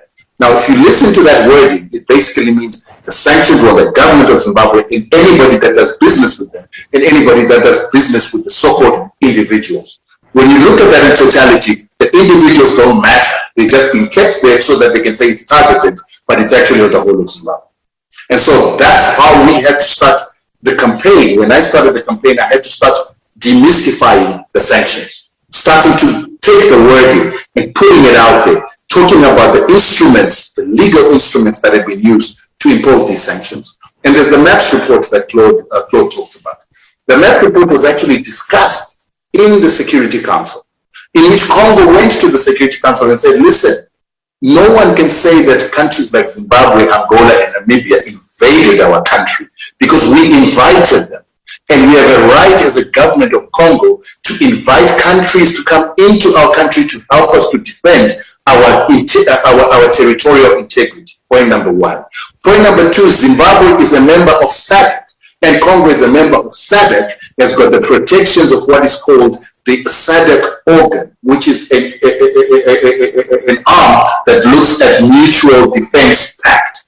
So if a country is attacked by foreign forces, SADC members have a right to call for SADC members to assist them in defending the territorial integrity. And in other regions, SADC, similar to SADC, the ECOWAS actually has intervened when matters are internal. Like the Gambian, when the Gambian dictator refused to leave, ECOWAS sent troops to go and have him. They threatened to send troops to have him removed, and he left. When Sierra Leone was in the middle of a civil war with major atrocities being committed, ECOWAS, especially Nigeria and a number of other countries in ECOWAS, sent troops to go and protect Sierra Leoneans. So there is actually precedent. So I just wanted to add, again, continue to connect these dots, in the various regions, in the various double standards, if you will, that are used in the various places. Yeah. Yes. And so the MAP report began to say, but there are business interests that were being satisfied within Zimbabwe's presence in Congo. And the Zimbabwean government had to point out that we had bilateral agreements for economic relationships as countries that are not only in the same region, but countries that are undertaking a military activity to protect the country. We agreed on certain bilateral business relations for the certain countries that are helping to be able to recoup some of their costs. So this issue is still being debated, but as usual, the West created a cloud of doubt of Zimbabwe's existence and a presence in Congo. They made it sound like Zimbabwe went in there to satisfy itself, to raid Congo, and to pillage Congo, which is exactly what it is that Western countries have been doing in Congo ever since. So this is why now the sanctions had to be demystified to make the people of Zimbabwe understand, to make them understand the instruments that were being used. Who is under sanctions? When they say that there's a targeting, is it true? And we actually wanted to end the argument of that they are targets by simply saying that if they are targets of these sanctions, which court were they tried? And where were they found guilty?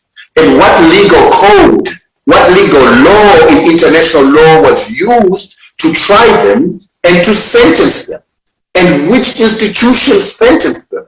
Because surely you cannot have a country like the United States that created the UN and the UN Charter to say that countries must deal with international problems or problems between nations through international institutions or multilateral institutions utilizing international law, but the Americans are using their domestic law to impose sanctions on Zimbabwe. That is extraterritorial imposition of law, and it is illegal. And then they punish people who haven't been tried in any court, and that is now extrajudicial punishment of people, which is illegal. So we have to start making the Zimbabwean people, government, and politicians understand. Rutendo, I do want to interject because some of the comments that we're getting from the audience are challenging this idea that fighting the sanctions is inviting imperialism, basically, and re-inviting the takeover of Zimbabwe. So as you make these comments, please address that part also. I'm just going to continue to engage our audience. Right. I would like just the audience to understand that there is a reason why sanctions, or they call them in international law, unilateral coercive economic measures, have been deemed to be a crime that stops people from enjoying their human rights. And in simple terms, it is deemed to be persecution of people, to deprive them of their human rights. And the way it does it is simple. You need to understand the sanctions. The sanctions stop the Zimbabwean government from being able to get loans from multilateral lending institutions. It's important for Africans to understand that we don't want to borrow. But because of 700 years of oppression by the West, in which slaves were taken from Africa, resources were taken out of the land, easy to reach resources were taken to Europe, and they made money for these British and European companies, which didn't reinvest in the ability of the African country to be able to do it in future, or to remove or to mine in future. We need money to assist Africans to grow and produce for their countries. The Human Rights Charter in 1945 insisted that all colonizers were called governors of non-self-governing territories, had an obligation to develop the civility, to develop the natives by giving them education, water, healthcare, housing, electricity, which none of these colonizers did on the African continent, which means that they broke international law, which they had created. And even before the UN Charter, we had what was called the League of Nations Declaration and Charter, which said in Chapter 11 that all colonizers must develop their natives. They didn't. So now we come into independence. Natives have not been developed. 90% to 95% of natives live in villages where there are no services. And you've got a government that comes into power that's forced to take the debts of the colonizer, that's forced to now start developing the country, that has been depleted of resources, that has been left with no reinvestment to acquire those resources, must now give services, education, healthcare to its people. It can't happen without resource, without money. Hence, most African countries, because they did not get reparations from colonialism, are forced to go to multilateral lending institutions to not only borrow, but to also ask those multilateral institutions to cancel some of the debts that are used to develop the countries because of the destruction caused by colonialism, and in Zimbabwe's case, 17 years of war, in Zimbabwe's case, 13 years of UN sanctions that were on the colonizer. So all that destruction needs to be covered. It cannot come from thin air. It cannot come from banks that are empty and emptied by the colonizer. That's why African countries are forced to go and get debts from the multilateral lending institutions. Now we are saying we need reparations as Africans. Because when we look at what Europe did after 5 years of German occupation, 5 years of German colonialism in Europe before the Second World War, we noticed that when the Europeans won over Germany, they demanded reparations. And the reparations they demanded were $380 billion, which today I think are $2 trillion was the reparations they asked for. Jews got reparations that today, for just 5 years of German oppression, they've gotten over $100 billion.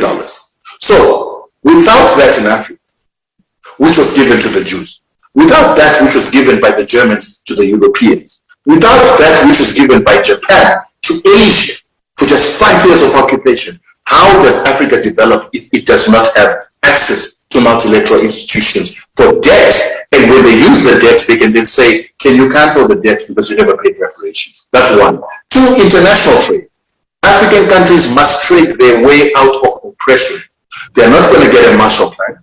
They're not going to get reparations. So the only way we can get out of the hole of imperialism is by trading, producing, and industrializing Africa. But if you've got sanctions that do not allow you to do international trade or free international trade, because when you sell goods to the West, when you sell the resources to the West, the payments that must come through US banks get blocked and the money gets taken. The African countries want to buy machinery and tools to assist them to industrialize. When Zimbabwe makes a payment in US dollars, it gets taken by the US bank. If it's made in euros, it gets taken by the European banks, all of which are trying to stop the development of Zimbabwe. So we need international payment systems. Technology. Right now, the sanctions restrict technology transfer. So if we want certain technology from even China, if there is US technology within that, a US chip, a US software, a US part, the Americans can stop the Chinese from selling that machine to Zimbabwe. And if the Chinese insist on selling that machine to Zimbabwe, then the Chinese will be restricted from going into the American economy. And I don't think any country wants to miss out on the American economy because they want to do business with Zimbabwe. So most countries have run away from Zimbabwe. Payment clearances and what we call corresponding banking relationships. Zimbabwe has got payments they need to make to China, Indonesia, Australia. And when they want to make those payments, they've got to pay in a certain currency from a Zimbabwean bank. And that Zimbabwean bank then has to have a relationship with the European bank, Asian bank that they're doing business with, who will then make the payment on the other side. And then the balance of payment must be made on a separate occasion. If you don't have that corresponding bank in Europe, in Asia, that means the transaction or transactions can't happen. If you want to make an international payment and you need a SWIFT that sends the communication between the banks, encodes the communication between the banks, Zimbabwe is blocked from the utilization of SWIFT. It means payments cannot happen. Credit cards are blocked in Zimbabwe. PayPal was blocked in Zimbabwe at some time. All these affect the ability of Zimbabwe to do international trade, even continental trade, where we're still using the US dollar as the trading currency. Yeah, quick question, because we are kind of running out of time. I think we have like about 10 minutes before we get kicked out of the studio. But my question is, because it sounds like there is so much blockage on Zimbabwe, like countries are afraid and, because of US and all that kind of stuff. So us as Africans, how can we help your organizations or help Zimbabwean in the country? What can we do to help with this issue of sanction on Zimbabwean or helping your organization?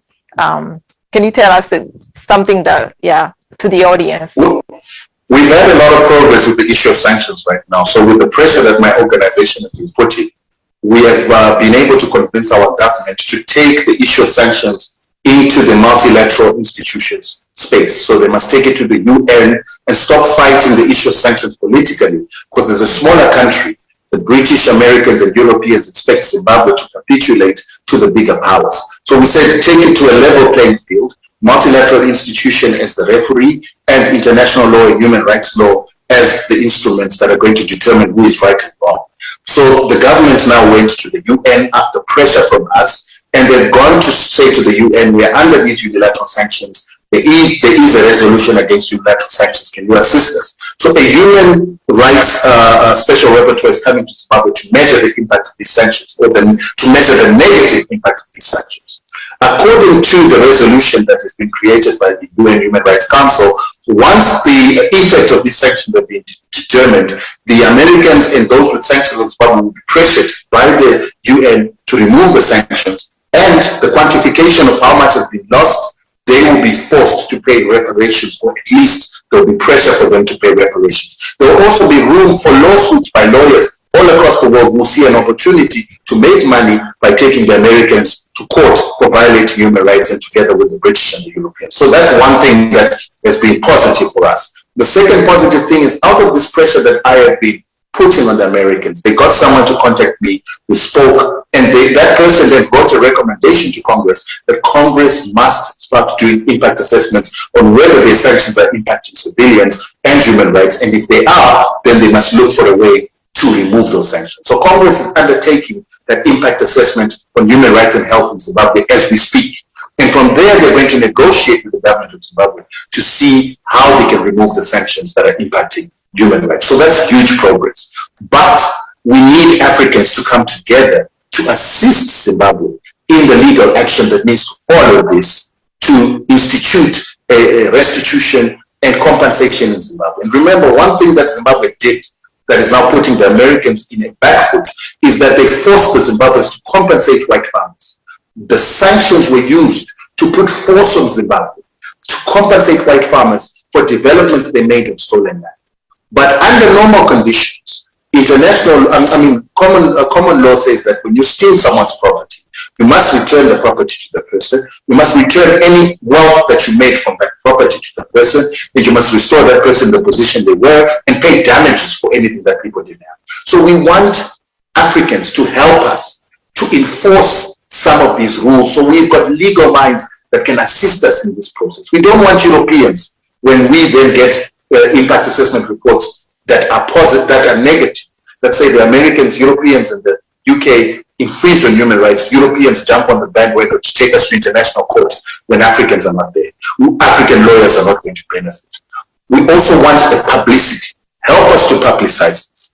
And for those that can assist in information, documentation like this, what Claude is doing, give us information that we can use to build precedents and to build case law for Africa as a whole.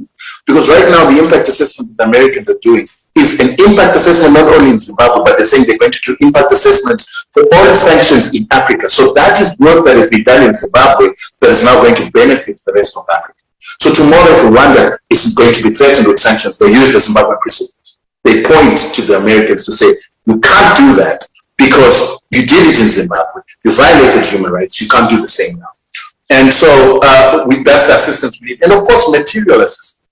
As people, we've been putting our resources into this project. We need phones. My phone gets hacked all the time. My laptop gets hacked all the time. We need resources to keep this fight going. And as we're saying, it's no longer a Zimbabwean fight. It's a fight for the hands that are put in Africa's hands that are put behind the back, but it's a fight for a precedence and legal theory for the rest of Africa as well. By the way, these broadcasts also get hacked all the time. I do want to get to. So you understand what I mean when I say that there is. As we speak, we are being hacked. And in previous broadcasts, we got hacked, and they successfully broke the broadcast. And a number of radio stations called. Some in Jamaica. Afrobeat Radio called and said, every time we have you on, we get hacked. So we know all about hacking, the technology invasions. I do want to get to the audience questions. There's one question I wanted to get to, but I think we ran out of time, is Zimbabwe paying reparations, but I think you just talked about it a little bit. There are 3 questions I want to touch on from the audience. One is the audience has said the land repossession did not benefit the ordinary Zimbabwean. Wanted you to touch on that. The other is, so I'm just selecting a few. The other is on the Gukurahundi atrocities. If you can briefly talk about that, in what's the reality versus the myth of the extermination of the Ndebele people in the 80s. And then the third one is, I want to ask this, rephrase it. There is a consensus among the Pan-Africanists, yourself, we've heard from people like Kemi Seba, Farida Nabrema, Kambale Musavuli, Benedict Kumbi Njoko, and many others around the continent, Milton Alimari, Abraham Mutai. I mean, we're talking every region of Africa. The Pan-Africanists there are saying, we know Kagame Museveni are terrible. They are not Pan-Africanists. But there's then the masses who are fed this propaganda about Kagame being a Pan-Africanist. Can you challenge that to your followers and also the rest of the Africans who are following this broadcast, and also Westerners? So those are the 3 questions that I wanted you to address. One is the redistribution of land, the Gukurahundi atrocities, and the Pan-Africanist challenge, where we are in consensus that people like Kagame Museveni, who invade other countries and kill millions of Africans, are not Pan-Africanists, but so many people on the African continent and in the diaspora believe that. And then we'll get to our closing the broadcast. We just have a few minutes. Thanks for that. So the issue of the land not being distributed to the right people is a myth. And I think I already explained the issue of resources, that anybody can mine resources as long as you're going to pay your mining license. I speak for Zimbabwe, and I speak for Zimbabwe a lot. I've applied for land, I still haven't got land, but I'm renting land. We are currently growing peas that are going to the United Kingdom. They're being grown on land that is being rented from somebody who's got that land. And there are people that can apply for land anytime that they want. The problem with most Zimbabweans who complain about the distribution of land not being fair is that they don't apply. They don't apply, they don't lease, they don't try to do anything. They're just sitting at home and expecting land to come onto their lap. The land in Zimbabwe doesn't just come onto your lap. You've got to apply for it. There is a process of applying for it. Most people don't even know where to apply because they're not interested. And most people, when they don't get that land, or when they've got their application being dealt with, they don't go out there to look for the people who've got the land to lease it for peanuts so that they can utilize it for production. So people like that, as far as I'm concerned, are just detractors, not people who are really interested in using the land. Because if you want to lose the land, there's always a way to use it. Everybody in Zimbabwe has got a village where there's at least anything between 6 hectares and 10 hectares of land in every village for every person. Zimbabweans are not using their village land. There's no reason to apply for land when you're not using your village land that already exists. And I think when you travel all across Europe, when you travel to Italy, France, you see people utilizing their village lands. That's what is farmland. But we are not doing that in Zimbabwe, we're not doing that in Africa. On the issue of Gukurahundi is misunderstood because it's manipulated by white people. As I said to you, that the South African apartheid government, with the support of the CIA, the MI6, the Europeans and the Israelis, wanted to maintain colonialism in South Africa and apartheid in South Africa. And what they did is, the moment we got independence, they began to destabilize Zimbabwe along tribal lines.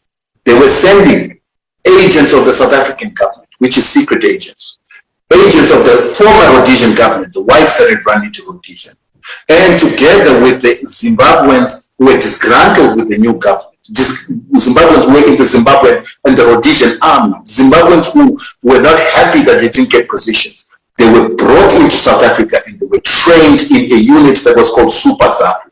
Super ZAPU would then be sent back into Zimbabwe, into the area called Matebele land, where the Ndebele people come from. And they would massacre Ndebele people. They would kill Ndebele people. Sometimes they would kill them and say, why did you vote for Robert Mugabe?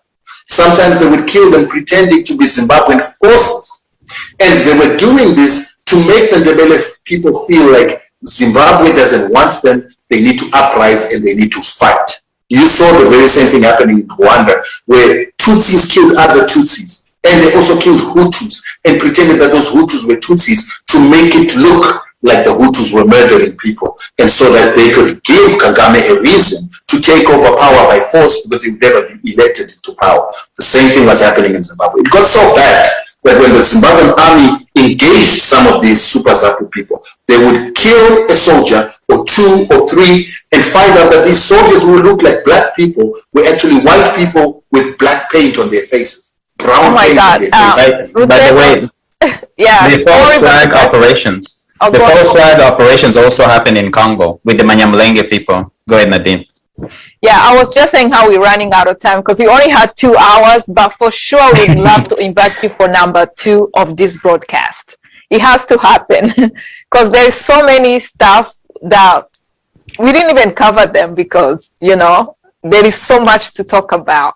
But unless the studio can give us a little bit of more, few minutes, I'm not sure. Freeman. Yeah. Otherwise, I mean, we'll have to continue this conversation at some point. We have an extension. We have a little bit of an extension, but very little. Yes. Go ahead.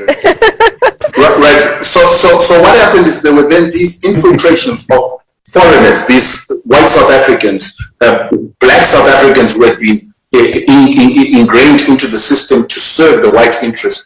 Black Zimbabweans ingrained into the system to serve the system, and also former Rhodesian whites and former Rhodesian blacks who still wanted to uphold the colonial rule in Zimbabwe, going into Zimbabwe to destabilize the Matabeleland area, to murder, to kill Ndebeles, to murder and kill foreigners. There were even foreigners or tourists who were killed as well. And within this time is when the Zimbabwean government had to deploy. And when they deployed, they obviously attacked these people that were trying to destroy Zimbabwe. And there are 6 independent international reports that have been written by Amnesty International, the CIA, Lawyers for Human Rights New York, Bulawayo Legal Project, and the Catholic Commission, together with the TRC of South Africa, that have stipulated that the Ndebele people were never massacred by the Zimbabwean government. There was never an intention by the Zimbabwean government to eliminate a part or a whole of the Ndebele people, and 20,000 people were not killed. The CIA report says that 2,500 were killed. See, the Amnesty International and Lawyers for Human Rights say that there were 3,500. The Catholic Commission is a combination of the two, the Catholic Commission, the Lawyers for Human Rights New York report and the Amnesty International. They don't even have a figure. So we hear that 20,000 Ndebeles were massacred. There is no evidence to that. The Ndebele people have never gone to an international court like the International Court of Justice or the Human Rights Council, which used to be the Human Rights Committee, to go and put in a complaint that they were massacred in Zimbabwe. And if they had done that, a tribunal would have been held in Zimbabwe like the one that you saw in Rwanda, which we all understand was a manipulation. Also, so this is some... Yeah, adding on to that, there is a situation like that in Uganda, in what is called the Rutendo Triangle, where there were Museveni's army was killing people in that area, and then it was being attributed to Obote's soldiers. So there is always similar, like our situations in Africa, there is always similarity, and there is always somebody behind it. Yeah. Not only that, the way that Tutsis moved into Uganda, and because of their level of education, because they were working with the Belgians before, they had intelligence skills, they had the skills to be policemen, the skills to go into the army. They infiltrated the Rwandan armies of Obote and Idi Amin, and then they used their positions in those armies to sabotage Rwanda. They were, to sabotage Uganda. They were murdering Ugandans. They were torturing Ugandans. Kagame himself was working in the intelligence system and was the head of intelligence in Uganda. Most of them were trained by Museveni. They were in NRA, the army wing of Museveni. So most of them, they were officers. They were pretty much like, all of them who attacked Rwanda. They were raised by Museveni. They fought with Museveni in Mozambique and Tanzania and all that. Yeah. So go ahead. I do want to go back to Bukura Hundi when you're done. Yeah, and so what people don't understand is that what you have seen happening with the infiltration of Uganda, the infiltration of Rwanda, and the false flags, like the bringing down of Habyarimana's plane and Crispin to make sure that there was a start of an entire war for Kagame to come into power because he didn't have the popularity to win elections, is what we saw in Zimbabwe. The only difference is in Zimbabwe it failed. We did not have a successful coup attempt like the one that happened in Rwanda in Zimbabwe. And that has always been a gripe for the Europeans who preferred Joshua Nkomo, who would have come in as a minority, like what Kagame is, and he would have been able to give the interests of the country over to the Europeans because he had always been negotiating with the Europeans while others were fighting the liberation struggle. People should not forget that Mugabe has, there were so many attempts on him that were done, but they were not successful to kill him. Yes. Yeah, I don't know if people know that, but yeah. And some of the sabotage was coming from inside. And it was coming from people like Joshua Nkomo, who was loved by the whites because he was a guerrilla who was fighting. When they told him to stop fighting, well, to negotiate, he would stop. He would be able to be in London while other people are fighting. He would be in New York while other people are fighting. So for me, Nkomo was a Nelson Mandela that they wanted to come into Zimbabwe, whereas Mugabe was a pretty radical Chris Hani who wanted to bring transformation to the people. And the reason we live with the lie of Ndebele massacre, the reason we live with the lie of Ndebele genocide that has never been proved anywhere, and the Ndebele people prefer to have it in the court of public opinion instead of taking it into the international court space, is because it is a falsehood created by white people who want to give Ndebeles the power to try and put the schools in Zimbabwe. And let me tell you the historical context. The Ndebeles were people who came from South Africa into Zimbabwe in the 1860s. And they came in after signing contracts with the South African apartheid Dutch to say the Ndebele king, who was by the name of Muzilikas, will become the Kafa king of the whites, who will go and conquer lands for them in the Potgieter agreement and in the Grobola agreement. These agreements were supposed to be that he will conquer other Africans and he would provide warriors to fight for whites when there was a need to fight for land. So when we see this Ndebele lie of Gukurahundi, we believe it is a method to try and get land restitution out of Zimbabwe that will give Ndebeles their own territory. And to us, it is a reinforcement of the contract signed between the Ndebeles and their white counterparts. And Zimbabwe's got 16 tribes. So we don't understand this. So what you're saying is almost like this is another kind of a similar campaign to balkanize Zimbabwe, the balkanization of Zimbabwe. But 100%. I do want to come back to the Ndebele people and the Gukurahundi. So even though, people were killed, thousands of people there were atrocities against these thousands of people. So now, as Pan-Africanists and people who want to see our people thrive, shouldn't we include, pursuing a case, for justice, and pursue whoever the perpetrators or at the time, whoever's still living, and, whatever families that are left, for them to receive reparations. The problem is we've been talking about that we actually need a proper hearing, a proper tribunal on the Ndebele issue. But the problem is that as long as the Ndebele narrative is not the one in the forefront, people don't want to hear the other sides of the story. So the aspects that Ndebele people were the ones that started Gukurahundi when they began to attack people the moment that demobilization camps were created. Ndebele soldiers started attacking other soldiers because they wanted to take over the country by force. No one talks about that. No one talks about Intumbani. No one talks about what happened in Gweru. No one talks about all the times that the Ndebeles tried to take power by force on the pretext that they are warriors from the Shaka era that shouldn't be ruled by other tribes. What they forgot is times had passed. They were no longer the superior warriors during Chaka's time because everybody now had guns. And so if we're going to look at it, And the Ndebele narrative, just like what's happening in Rwanda, is that the Tutsi narrative is the only one that is given ventilation. And the moment that even a prosecutor from France says, let's prosecute RFP for what it is that it did to the Hutu and Tutsis. Let's prosecute RFP because they were actually the ones that caused the problem and killed more people. No one in Rwanda wants to hear that. And there are actually laws that make it sound like you are a genocide denialist when you want the truth to come out. That is the situation that the Ndebeles are saying we should have in Zimbabwe. It's not only Ndebeles, but it's also people that are non-Zimbabweans. There are also some Zimbabweans who don't know their history who support that kind of a narrative. And there are people like me who say, if we're going to discuss it, we have to discuss it in full. There are also people who are Ndebele, like the leadership of the Ndebele, Joshua Nkomo, together with Jabengwa, who was the head of the military at the time of the war. They were given an option by a Zimbabwean by the name of Jonathan Moyo. Jonathan Moyo said, I want to create a Gukurahundi Act.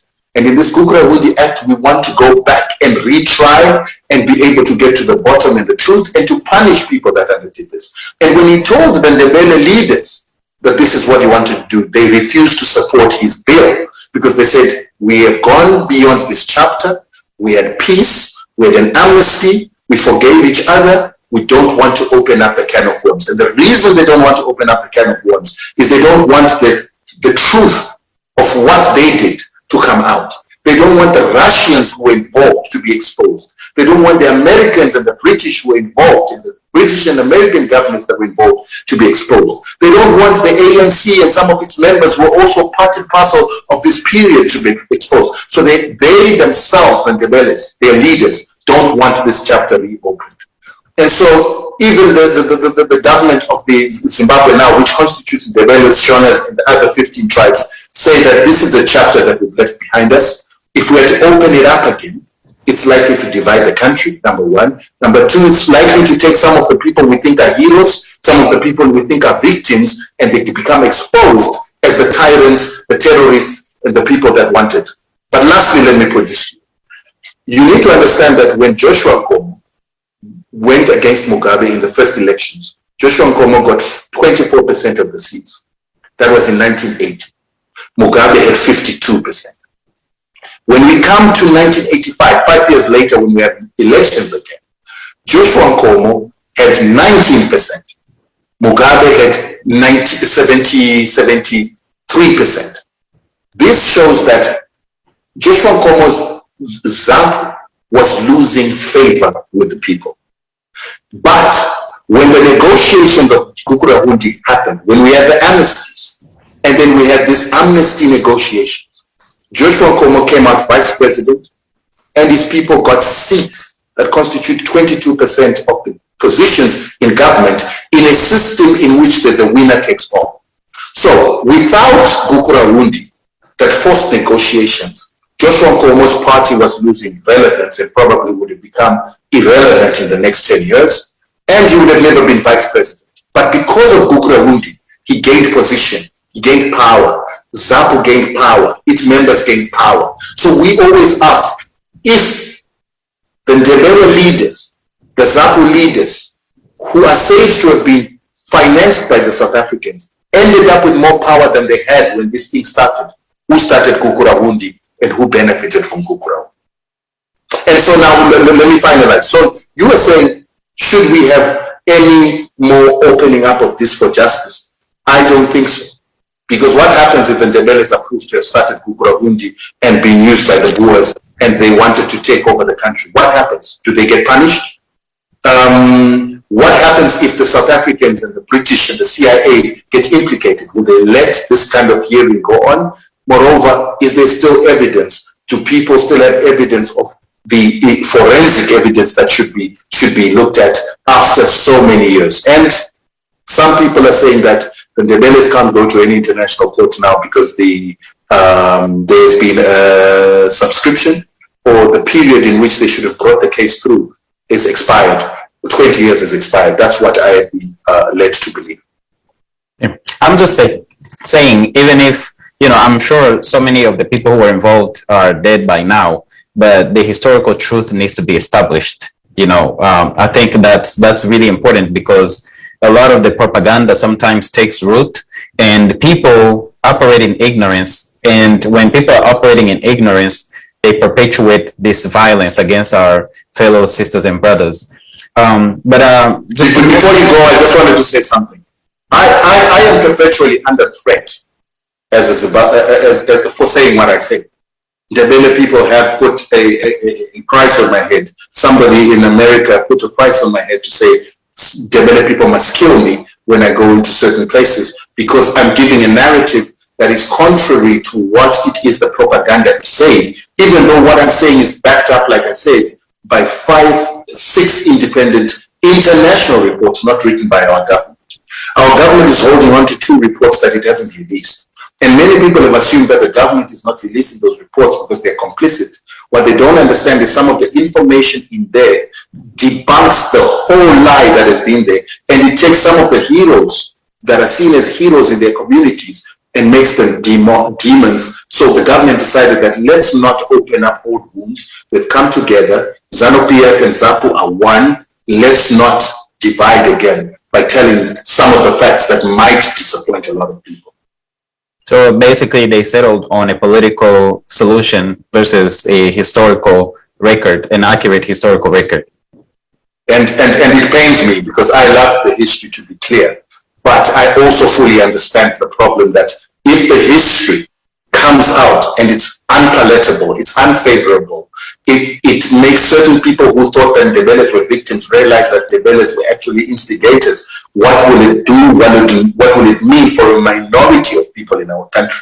So maybe it's better we leave that chapter. Maybe Zimbabweans are better off in ignorance because their ignorance has caused us to have peace all along, rather than if we get knowledge and that knowledge causes anger. Because people lost their parents. Shona people lost their parents. People used to go into Matabele land. If you go to Matabele land, you're not Ndebele, you can't speak Ndebele, you'd be thrown out of a moving train. You'd be stabbed. You'd be killed. Things that stopped happening the moment that Gukura Undi ended. So some people would be angry to know that their fathers, their mothers, and their relatives were killed because of tribalism, just because they were Shona. My question is, how do they then respond after being told all along that the Shonas instigated the violence against the Beles, only to discover that it might have been the other way around? Okay. Yeah, so I think this comes to the end of our webcast today. So I just want to have you tell like people who love Africa or the Pan-Africanists out there, what kind of word do you have for them? Like friends of Africa or people who want to see the African continent thriving. What is your word for them?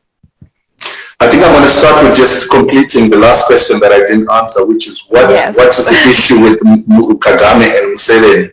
For me, I say to Africans that the PR campaign that is currently on to sanitize Kagame and Museveni without telling their full history and telling the fact that they have caused the biggest number of human deaths since the Second World War in Africa, in what is called the Africa War, is a problem.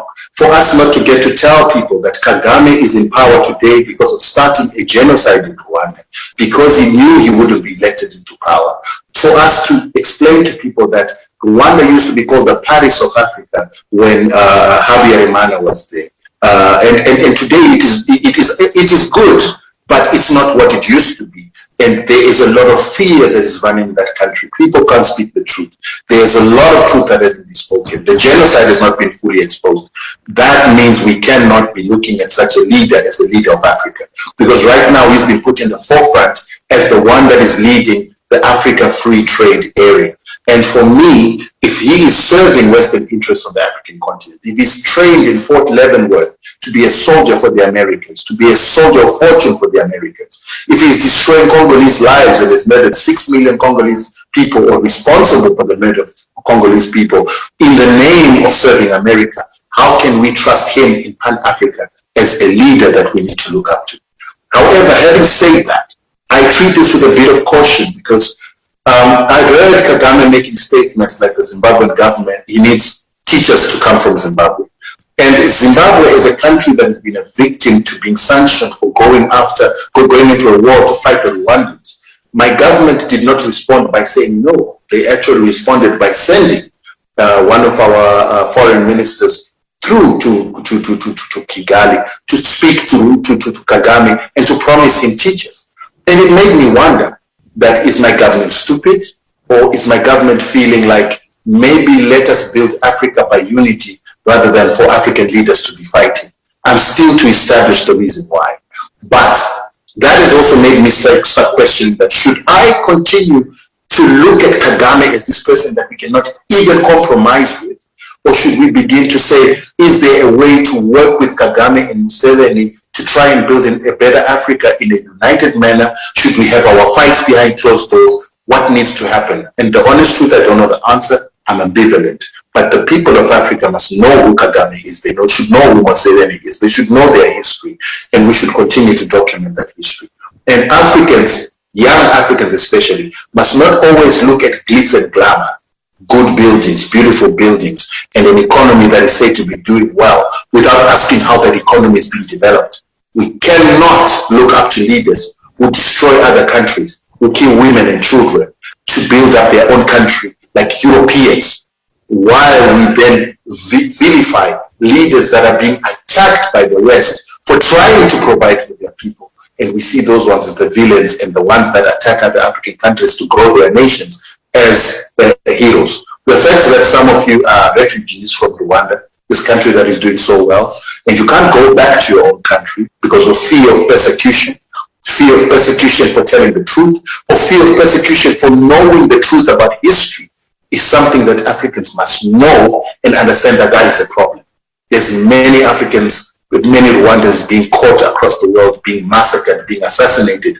In Mozambique, people are being killed by the Rwandan army and secret service. In South Africa, they've been killing people like Karigeya. And my question is, can we continue to look at that man as a leader of Africa? So what is my advice to Africans? My advice to Africans is you need to understand your history for you to know your way forward. We need to understand what is important. What is important is control of our resources, control of our land, control of our seeds. Africa is losing its seeds because they want to use European biotech seeds that have been created and nurtured, some of them to be biological weapons. Some of them have been nurtured so that they don't reproduce. And sooner or later, if we continue to do that with AGRA, that is led by Agnes Kalibata, I think she's a Rwandan as well. And I think Agnes is a danger to the continent. And there has to be something in Rwanda itself, a campaign against what Agnes and AGRA are doing, which is trying to engineer African seeds to be non-reproductive and to be seeds that are controlled by the West. Because once we run out of seeds, no matter how much land you've got, you're going to die of hunger. So Africans must worry about those resources: land, seeds, and our mineral resources. We must market Africa to the rest of the world, particularly the diaspora community of Africans who must come home and invest in Africa, because they're being persecuted in America, they've been persecuted in Europe, they're being persecuted in England. We must tell these diasporians that the richest Africans are in Africa. It is not Jay-Z, it is not Oprah, it is actually Dangote in Africa, it is Mo Ibrahim. These people are being created in Africa because Africa has got wealth. So they must stop listening to the propaganda that says that Africa is uninvestable because the Europeans are here getting rich. The Oppenheimers got rich because of Africa. So let's now tell Africans to come to Africa and get rich like the Oppenheimers, so that we start having African Oppenheimers controlling the resources of this continent. And let Africans stop being told that Africa is a no-go area, underdeveloped, because then the Rothschilds wouldn't be here. The Oppenheimers wouldn't be here. The JP Morgans wouldn't be here. So that's what I want to say to Africa. History, control of our resources, marketing our continent, and always educating ourselves. And finally, not glorifying the European way. The European way of doing things is the same thing that made them run away from Europe. They consumed all their animals, they ate all their animals, they destroyed their rivers, they destroyed their soils, they polluted their air, they became sick, they became overcrowded, they destroyed and finished their resources, and they began to have wars. And only then a pope said to them in 1455, go to Africa, go to South America, go and look for new lands, populate those new lands so that you don't die on the continent. That means that European technology, European industrialization, European means of development destroyed Europe. And now we are copying the same things in Africa, and we shouldn't do that. We should change the ways we do things. That's why the Kagame way of doing things, killing people for resources, where on a continent that's got so much abundance, is unacceptable. Wow. I wish we can listen to you. We definitely have to invite you. You need to come back, because then, we have a lot of stuff we can talk about, especially when it comes to this Pan-Africanist issue.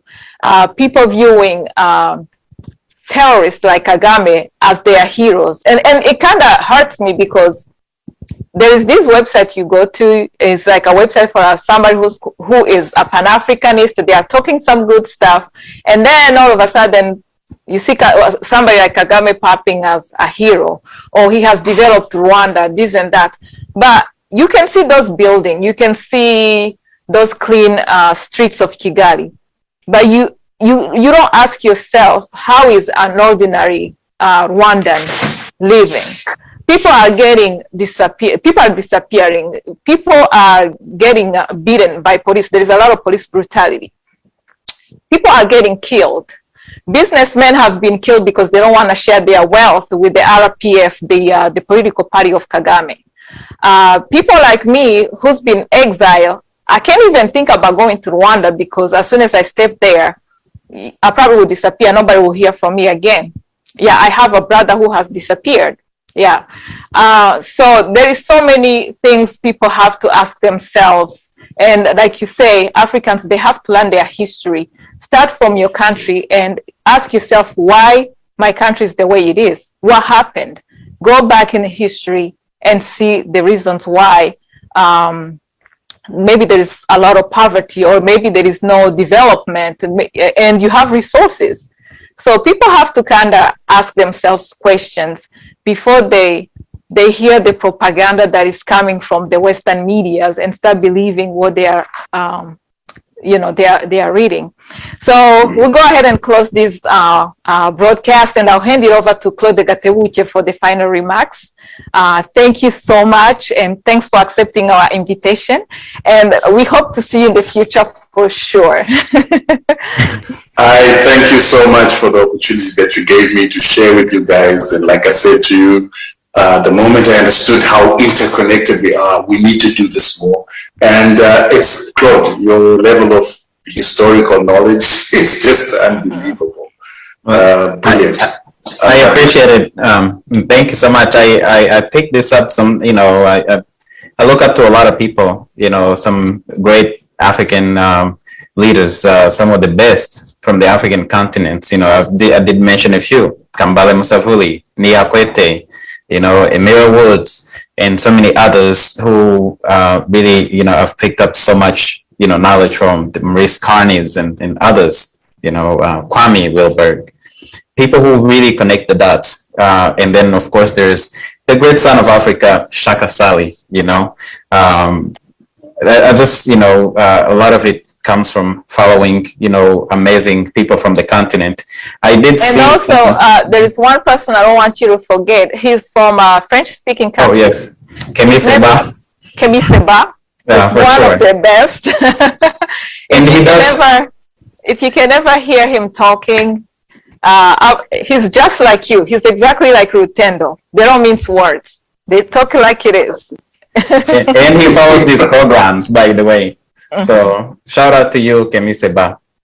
I'm gonna start following some of those people. Brilliant. Yeah, there are some things that he's done in English. It's not that much, but there are some. But yes, shout out to him. And also, be remiss to close this without acknowledging that it's been 25 years since the invasion of Congo. We are pushing for a campaign to implement the recommendations of the mapping report so that the perpetrators who have led to the killings of millions and millions of Congolese people and people in the Great Lakes region can be held accountable. And with that, because I can go on and on forever, I just want to start with our sponsors, HMG Studio, our networking sponsor that's broadcasting this, Friends of the Congo, Black Star News, AGLAN, the African Great Lakes region, And also want to especially thank our audience for being so engaged. I did see one person insisting that we call out Tuna Cheki for the propaganda on Kagame. So if you do speak to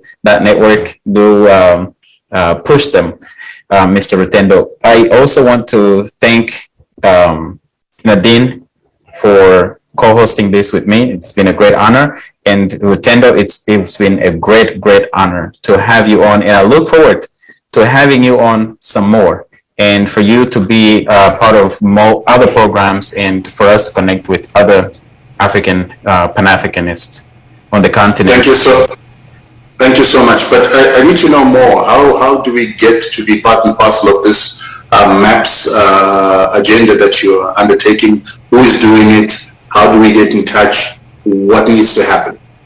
So we do have a number of people joining us after this podcast on our team that are part of it, but then there's a larger network. So we'll start there. Let's connect off air.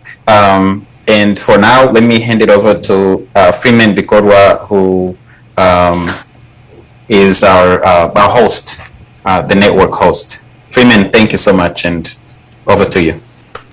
Wow.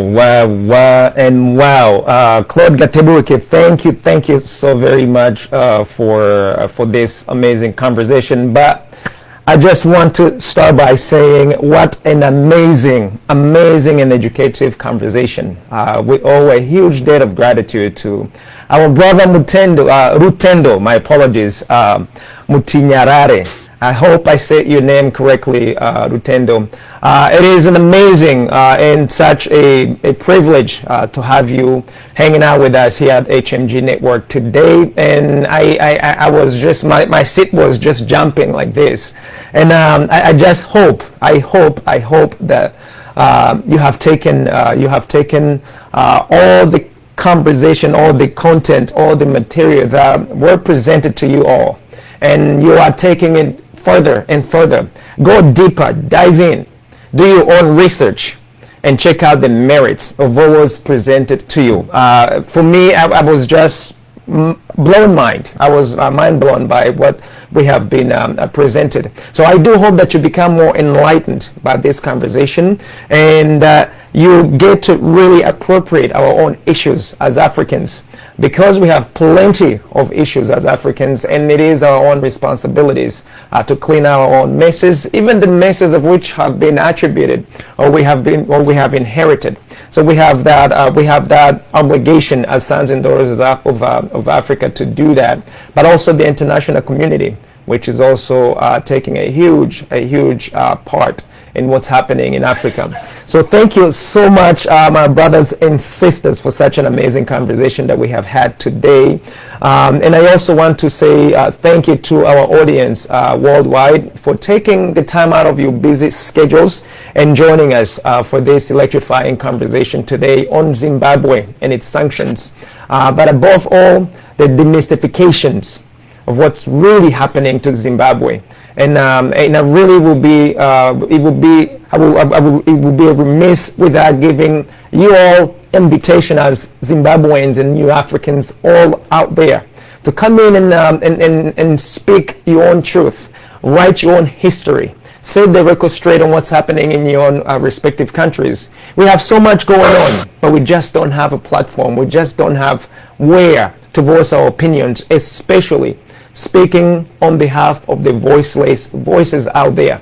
So we have a responsibility, a huge responsibility as sons and daughters of Africa to speak the truth. Truth to power, as we call it here on HMG Network. So I want to say thank you so much. Thank you so much for this conversation. I want to say thank you to our technical team for making this event coming to live. Thank you for protecting us today, and we didn't get hacked. And thank you for the networks carrying this conversation as well. We have plenty more to come, and just want to say, guys, it is a privilege to be sitting here to share with you this podium and to come to the living room of many sons and daughters of Africa, many nice, good people, good-hearted people worldwide, as we look together and find solutions of our problems that we have been living with for ages and ages and ages and ages. But above all, I want us to really call out all these dictators all over Africa, even outside of the continent of Africa, taking our lives for hostages. Let's work together. Let's work together and eradicate corruptions, the lives of which are being just decimated days in and days out.